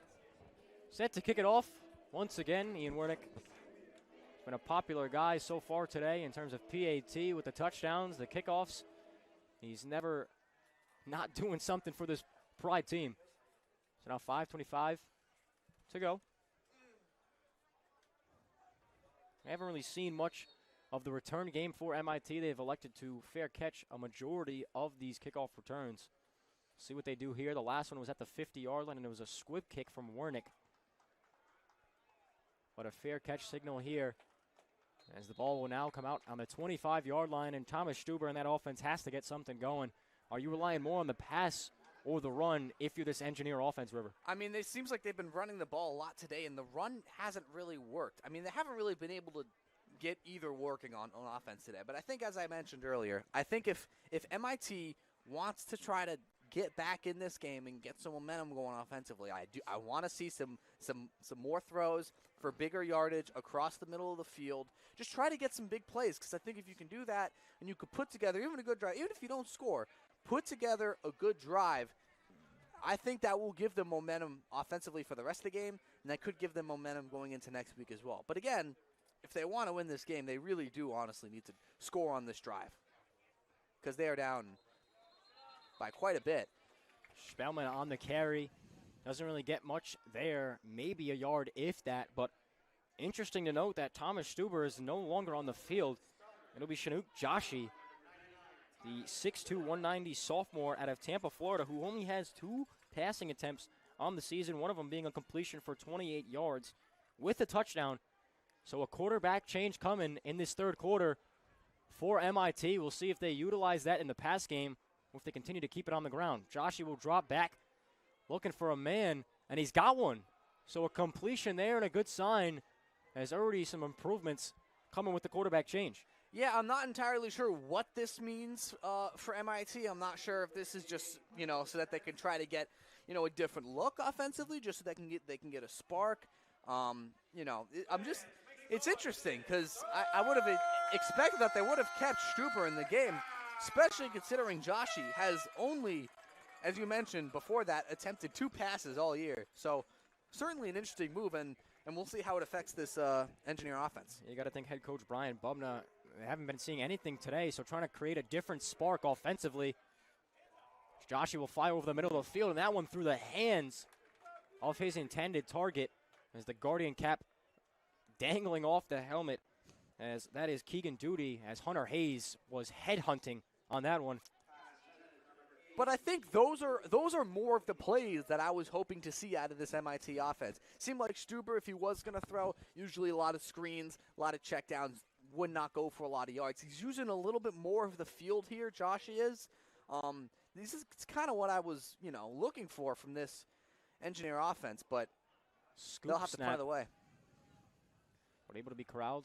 Maurer falls on it as he fair catches it near the 40-yard line. Now 3:54 to go in quarter 3, and Springfield trying to put together another drive that could possibly put this game completely out of reach.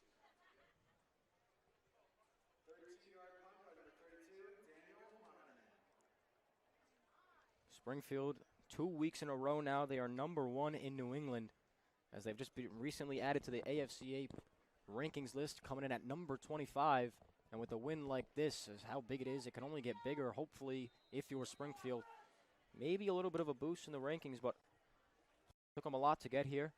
Now Sylvester under center. He'll pitch it.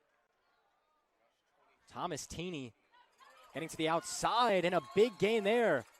It doesn't matter who it is. Sean Brown, Blaine Hart, Dante Vasquez, but this time it's Thomas Teeny getting on the outside for a big pickup of about 15. You know what, Dante? I was going to say the same thing, and it's that it doesn't matter who they throw out there. They can get those big plays. Now Thomas Teeny now coming off of the bench with a nice play. Usually second on the depth chart behind Dante Vasquez. Both of them on the field right now with Canizaro in the backfield. So a little bit of a different look offensively for the Pride. Trying to throw this MIT defense off its heels as they haven't seen the land so far today. 1st and 10 from the 49-yard line. Sylvester keeps it from Canizaro, and he'll take it himself. We've seen Sylvester, especially in this third quarter, start to run the ball a little bit more. And he's like, I'm very impressed with his athleticism and his quickness as well. I mean, personally for me, I've always loved and appreciate QBs that are good with their legs, that are able to scramble in those situations. But he's just very good, very very smart. Yeah, no, I think he's the guy for this Springfield offense with the way that it's structured for sure. Another first down. It seems like every time they've had the ball, it's just first down after first down. It's kind of been rare that they've gotten to that second down, third down. But now Sylvester deposits that one in the gut of Canizaro. He's a little upset after that run. Thought he could get a little bit more. Still a pickup of about 5. And now Sean Brown will substitute in for Dante Vasquez. So both Teeny and Brown in the game on this one. Some of the starters for Springfield starting to get some rest. And with each second that this clock ticks down for Springfield, not only do they keep holding on to the ball more, but that's time that the WPI offense, MIT offense, is not going to happen. Handoff here to Thomas Teeny. Had a good gain on his previous carry. Can't get much there, about a gain of 2. So it'll set up a 3rd and short. We've talked about it a lot today, the third down success rate of this Springfield offense. See what they do here. They've continued to on the ground as Jack Mealy, the tight end. Take out Barcelo, the receiver, so could be signaling a run. Obviously, we know what this offense can do if you're Springfield, but offensive side of the ball is going to be able to stop. Canizaro in the backfield. It looks like they got 3 running backs out right now. They'll give it to Canizaro, putting his head down and running over a defender for the first down. That was Lucky Denton who tried to take him down, but when you go above the number of Canizaro, you probably are not going to bring him down. No, not. I mean, he's just like he is so strong. You know, obviously very very similar players, and I just think that it's awesome for Springfield that it doesn't even matter if their stars aren't out on the guys, plug and play guys that can come in and just continue to just run the ball. And then you know what? Once he gets tired, get Steffen back in there, just kind of rotate it. Another fumble here. Sylvester able to pick it up, and Degnan throws him to the ground. Some miscommunication coming there for Springfield. We don't usually see that often, but that's now the second time today they've had a little bit of a scare. Yeah, I'm not sure what it is with this game and teams not being able to snap the ball, but we've had a lot of troubles today with snaps and handoffs, and obviously a not a great play for the Pride, but third quarter coming to a close here. They're up by 34. I think you're going to be able to live with that just as long as that doesn't become commonplace. So a 34-0 lead for Springfield over MIT as we are through 3 full quarters of football here on Stagg Field, as we'll take a quick break with you.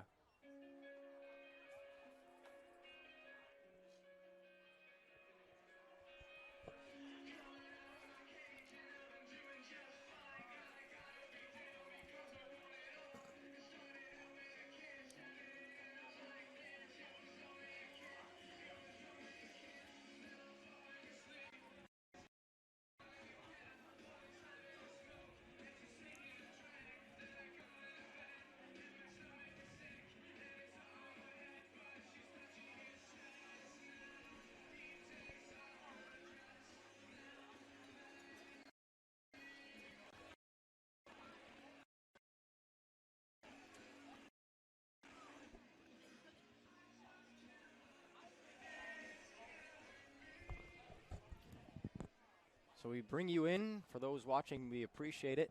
34-0 as we are in the fourth quarter. 15 minutes go. As Italy with the ball. 29-yard line, second and 14.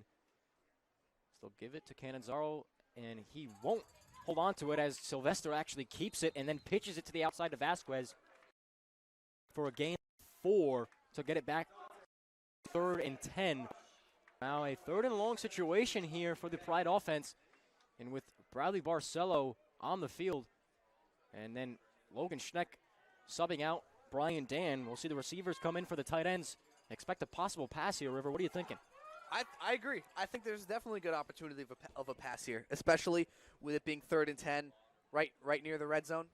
Sylvester will fake it. He'll look to pass. We'll see if the ball was caught, but was he inbounds? They'll say he wasn't. So now a 4th and long decision here for the Pride offense. They did go with the pass, but pressure in the face of Sylvester. And now it'll send out Ian Wernick from about 40 yards. I think this is definitely the right move. You know, you have a big lead anyway. Excuse me. Yeah, I would say just take the points and then get back out there defensively and see if you can continue to stop that MIT offense. Wernick, this one's got just the distance, and it's good from 40 yards. Ian Wernick. Seems to be some confusion, though. We'll see a flag on the field. And we'll see what the officials call this one.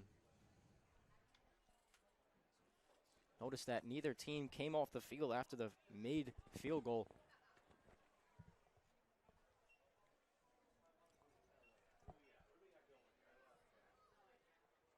Still no call yet. As officials are talking to both coaches.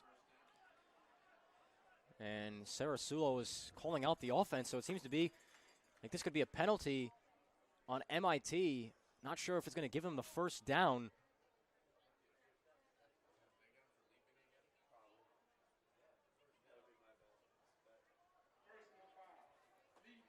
Once again, the second time today, this MIT field goal unit defensively has tried to leap over an offensive lineman on Springfield. They got the penalty earlier in that second quarter, and now it'll be another one here that moves the chains and gives Springfield an extra possession as they'll get a first down. Just a bad mistake there once again from MIT.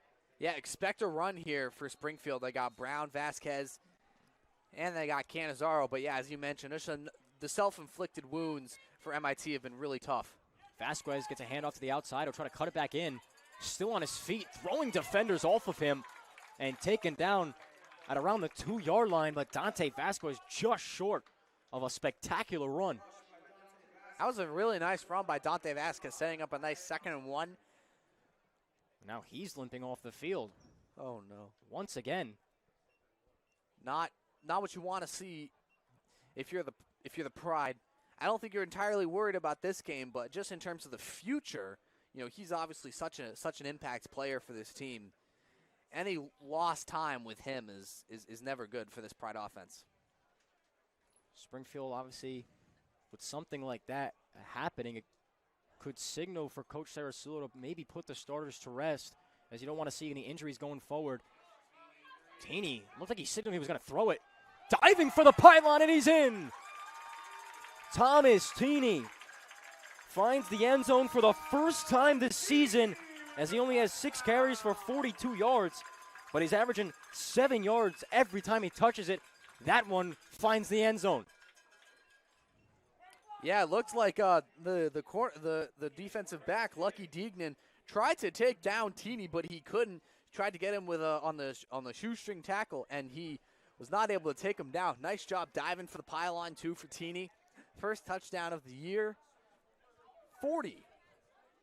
Zip. Springfield on top. Springfield trying to get back to that average of 50 points per game. They'll add an extra one there with the Ian Wernick PAT. 41-0 now, as Springfield has just been a problem for MIT all day long, but they've done it not the usual way where they get out early and quick. It's been a kind of a slow, successful day for this Pride team.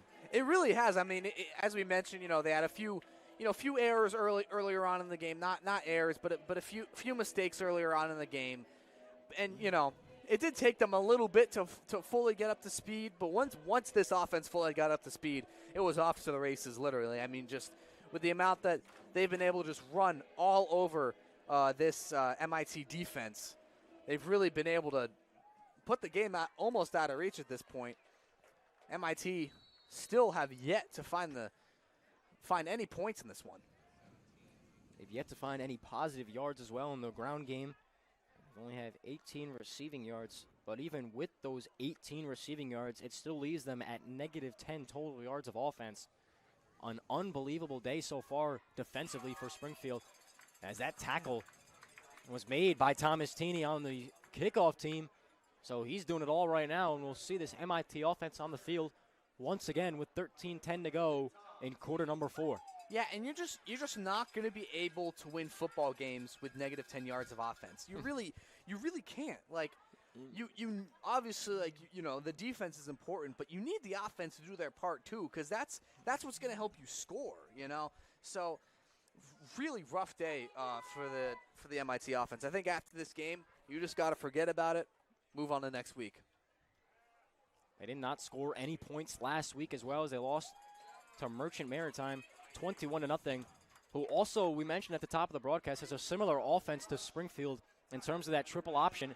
So not only have they struggled to defend the run game, but back-to-back weeks now they've seen that option offense, and they've just had completely no answer, as they've now turned to the backup quarterback in Joshi to try to get a spark going offensively. Yeah, they really have not been able to stop the triple option. I mean, I guess, one would think that with them playing Merchant Marine last week, who also runs, that triple option offense, with their head coach and their OC both being Springfield guys, you would think that they would be a little bit more prepared to try to stop that. But, I mean, even with the amount of preparation that they've done, Springfield has just really dominated this game in every facet of the game. That one intended for not really anybody. If someone, it could have been Michael Dennison, the tight end. Yeah, it kind of looked like he was just trying to get rid of the ball on that one, not get a sack and not get any more negative yards at this point. Another third down here, 3rd and 8 on the 27-yard line with 12:18 to go in quarter 4. But this has just been the big difference between Springfield and MIT. Like, in this situation, if Springfield finds themselves in a 3rd down, with the way that their offense runs, it's usually a 3rd and 2 or a 3rd and 3. This, for MIT, we've been seeing a lot of 3rd and 8s, 3rd and 10s, 3rd and 15s, 3rd and longs. Like, it's just so much tougher to, function your offense like that if you're constantly trying to come back on these 3rd down conversions. Hard hit there. That was Colby Richardson off the edge, and Joshi lost his helmet. They'll say the pass was incomplete, but what a hit. He brought the boom on that one. Good to see Joshi's okay there. As obviously anytime you see a helmet come off, you start to worry of the player who it happened to, but Colby Richardson just completely unblocked off the edge, and he laid all of that one there. Yeah, I'm not sure. Yeah, I mean, for MIT, I'm not sure what happened there. Probably a little bit of a breakdown defensively, but as you're right, Colby Richardson definitely bringing the boom on that play for sure. Bringing up a 4th down now, and now they're going to have to punt it again. Slow release point there. Maurer catches it once again. He's done a great job so far today with multiple players just in his face on those catches, but he's handled every single one of them. And now the Springfield offense has another opportunity to potentially add points to the board as they are cruising in on average 50 points per game. Don't expect Springfield to let off the gas here. They will continue. It doesn't matter how much they are up. They will continue to run the ball down your throat and just completely, pick this MIT defense apart like they've been doing really all afternoon. So now they'll bring in Drew Heenan, backup quarterback. As now John L. Filipino is in the backfield. He'll get the carry here. He's a big body running forward, and he's got a lot of space. I don't think anybody's going to catch him. The backup unit, Springfield offense. Everyone on this running game has been dominating. One play is all they need. Take it to the house. Jean L. Filippini I mean, everyone getting involved. Full tip. Unbelievable. Just absolutely dominating. I mean, I remember last week, 2 weeks ago against WPI when we called this game together, it was 51-7. They're on track to, score more than that, and MIT hasn't scored yet. It was a handoff that went right tackle. Filipino ran a man over, found a gap on the left side, and just completely bursted through the seam. And Springfield, no matter who it is, they can score at will. Yeah, once Filippini found a little bit of an opening and was able to get out there, he was gone. I mean, you could tell once he hit about the 30-yard line, once he was in stride, no one was going to be able to stop him on that. But, hey, you know what? That's just been the story of the day for this game. Springfield's been running the ball fantastic. No one's been able to stop him on MIT's defense. And now we'll see what happens from this MIT offense coming out. Unbelievable. I mean, we thought this was going to be at least a long drive for the second unit, but one play is all it took, and it went 61 yards. Filippini.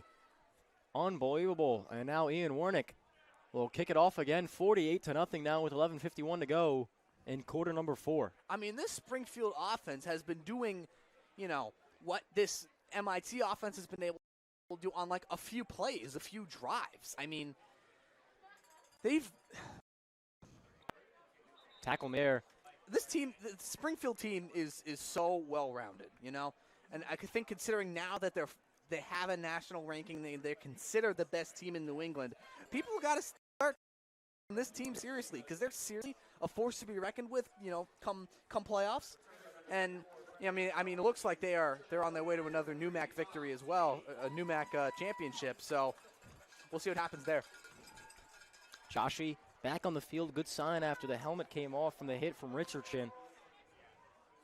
See what this offense does here. Hand it off to Spellman. Aviles tried to get in the backfield quickly, but couldn't make the tackle.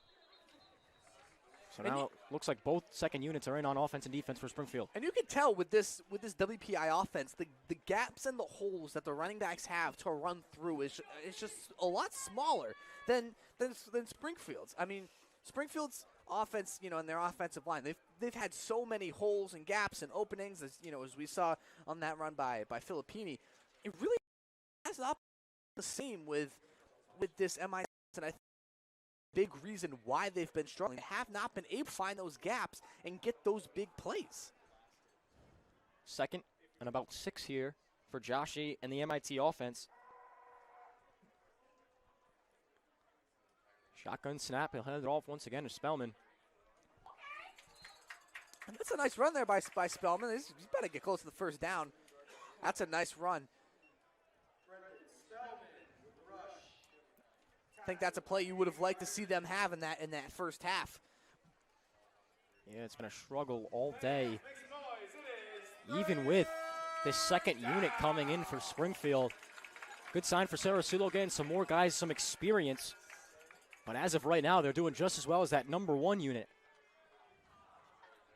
Third and about 1 on the 34 with 10:15 running in quarter number 4. Joshi with Spell behind him in the shotgun set. He'll hand it off again. Spellman picks up the first down, not by much, but that's all they needed to keep the chains moving and to try to find their end zone opportunity here for the first time today. Yeah, I mean, I think at this point the game is pretty much out of reach for MIT. No doubt. I don't see them scoring. I don't see them scoring 7 touchdowns in the span of 9 minutes. But I will say, any piece of positive offensive momentum that they can take going into their next game, it's going to be important. I think being able to pick up a first down like this, it shows that they have the offense, and they have an offense that is capable of doing stuff. It's just about doing it consistently and doing it over the course of a full game. Yeah, we talked about at the top of the broadcast. Last time these two teams met, it was a 38-10 win for Springfield. They just combined those points today, as now it's 48-0. The clock continues to wind down as we expect both teams to just try to kill as much clock as they can and for MIT going forward, they're just going to try to look into next week. They'll face SUNY Maritime and Norwich as well as WPI. And for Springfield going forward, they have Salve Regina, Norwich, Orchard Maritime, and SUNY Maritime. So interesting to see that both of these teams are now full swing into NEWMAC conference play, as MIT has not yet, but what looks like to be still in 0-4 in conference play. All 4 of their losses coming from NEWMAC opponents. It's looking like it, and that's been a struggle for MIT over the past few years. Has been conference play, and if you want to be able to win, the NEWMAC championship, and if you want to be able to make a deep run, conference games are so important. Absolutely. They are so much more important than the regular games, to start the season against non-conference opponents, and that's where Springfield's excelled. That's why they're in this position that they are, because against conference teams, they are just able to absolutely dominate them like they have been today. I mean, the score really says it all at this point, in terms of, who's had the better day. But you have to be able to somehow get over the hump against NEWMAC opponents. Farrell and Dennison both motion tight ends. Joshi catches a high snap as he hands it off to Matthew Thuralt, the first-year 5'9", 175-pound running back out of Boxford, Massachusetts. As now both of these teams are emptying their benches. A 4th and short, as it looked like the punt unit was kind of sprinting onto the field, but the offense will stay on. Now a 4th and 1 opportunity from the 46.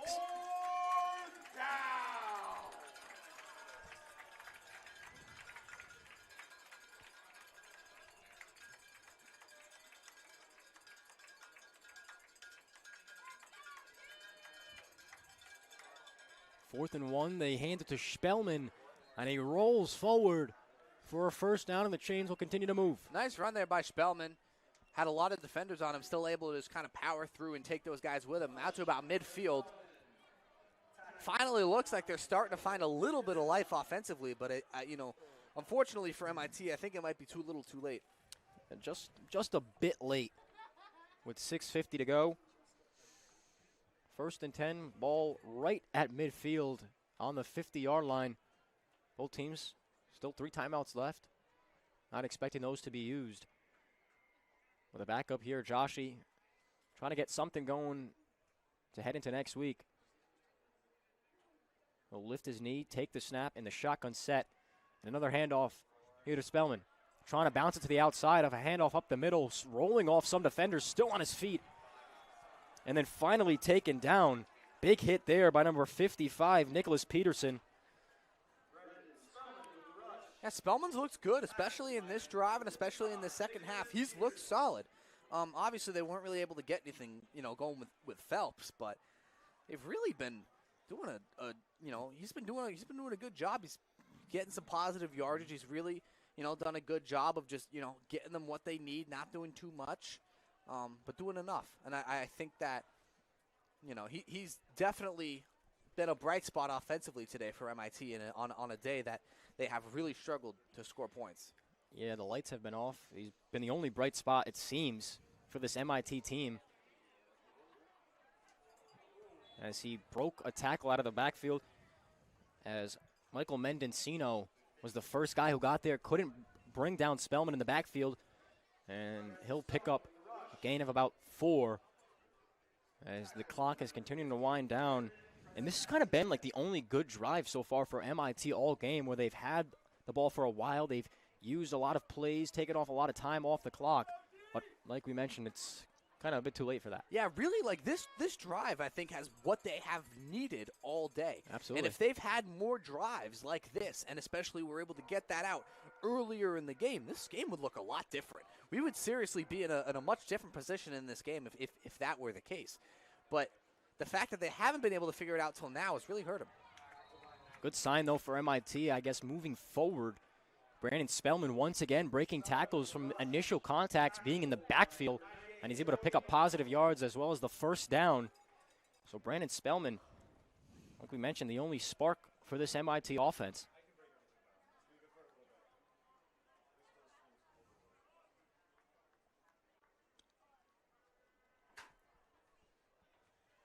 First and 10 with 4:15 in running. Quarter number 4. Ball on the 30-yard line. Joshi continuing to let the play clock wind down into single digits. He'll lift the knee.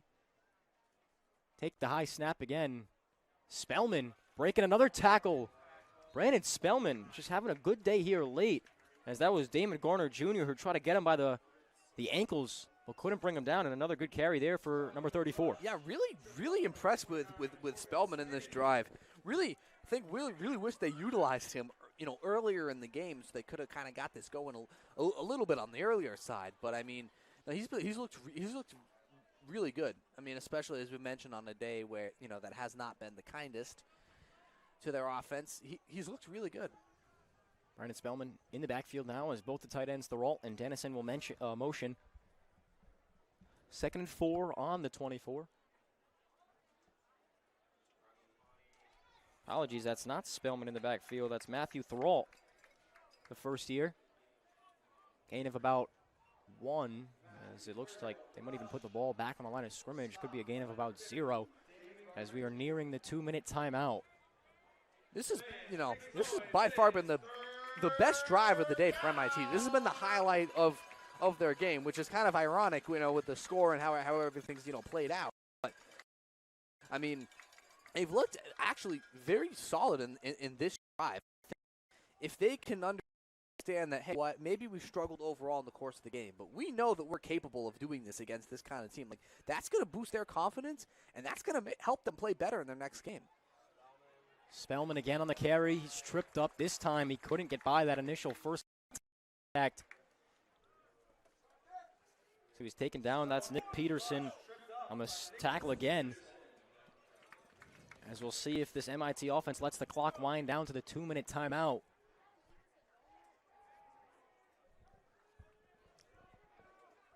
That's what they might do. Yeah, it looks like they're just going to take us to the 2-minute. Nobody lining up. Joshua walking off the field. So that'll be the 2-minute timeout. 48-0. Springfield leads. We'll take one with you.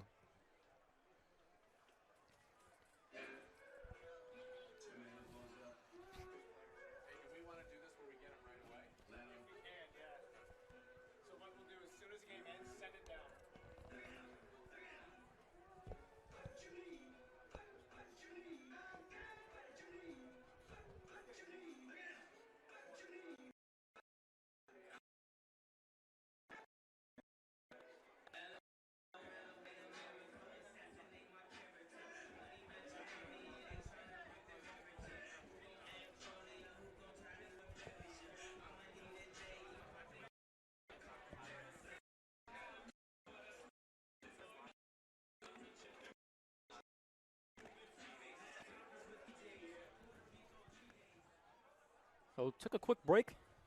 You didn't miss anything. If you're still watching with us, Springfield leads 48-0 against MIT in a NEWMAC battle. But it hasn't been anything close to a battle today, as Springfield had their way with the engine. So now it is a 4th and 5 on the 25-yard line. A last chance potentially for the MIT offense, as they've had a pretty good drive here and kind of the only one they've had so far. Ashi will roll out, has multiple Pride defenders in his face, and he'll launch that one outside. Just inside the 10. That one incomplete. And that could potentially be the last time we'll see that MIT offense. Yeah, I looked at Ryan at Dennison, the tight end. Threw him a little, not super close. Yeah, that's going to give the, looking like that might ice the game. I mean, there's a minute 53 left. Springfield's got the ball back. We'll see if they kneel it down, and we'll see if MIT counters it within their timeouts. But regardless, what a game for the Springfield Pride. They are firing on all cylinders offensively. Will Gent, kind of the third-string quarterback, is in the game now, as well as the handoff going to Bodie Dunn. So we've seen the first unit dominate. We've seen the second unit come out for one play and score. So now the third unit gets a chance to get some experience. At the helm, like we mentioned, Will Gent. How to just kill any clock that is left. They'll pitch it to the outside. That's Cam Pedro. Doesn't matter who it is, even Cam Pedro. Nice little run, taking it out to the 45. Everyone's getting some action. Everyone's getting some yards. Everyone's getting some big plays. Just a good day all around for this Springfield team. You know, coming off a bye, you expect the team to not maybe be as sharp, not have as much motivation, but all those questions have been answered. Springfield more than ready to go coming out of the bye. And dominant performance all day today. Bodie Dunn up the gut this time as we are now under the 50-second mark. Yeah, obviously, having a long enough period of time without playing for some teams, it can kind of make them rusty a little bit. Obviously not, as you mentioned, for this Springfield offense. It looks like they've really taken advantage of having the extra week, and they have just been on a roll. Only 30 seconds left. So now, with NEWMAC matchups dating all the way back to 2017, this is the 4th win in a row in the last 4 for Springfield over MIT. Starting to dominate the matchup. The helmets are coming off. Both teams heading to their sidelines, so that will do it. A 48-0 win for Springfield over MIT. River, what did you see? There's not much to talk about for MIT. What did you see today from Springfield that you really liked? Oh, my God. I mean, where do I even begin? I don't even know where to begin on that. I mean, first off, their run game was just unbelievable. I think that's really the main thing that I need to talk about. But we'll have some more for you as we come back, but we'll send it down right now to Caleb. Out here on the field with Nick Gonzalez. Big day for you personally with the interception. Can you walk me through what you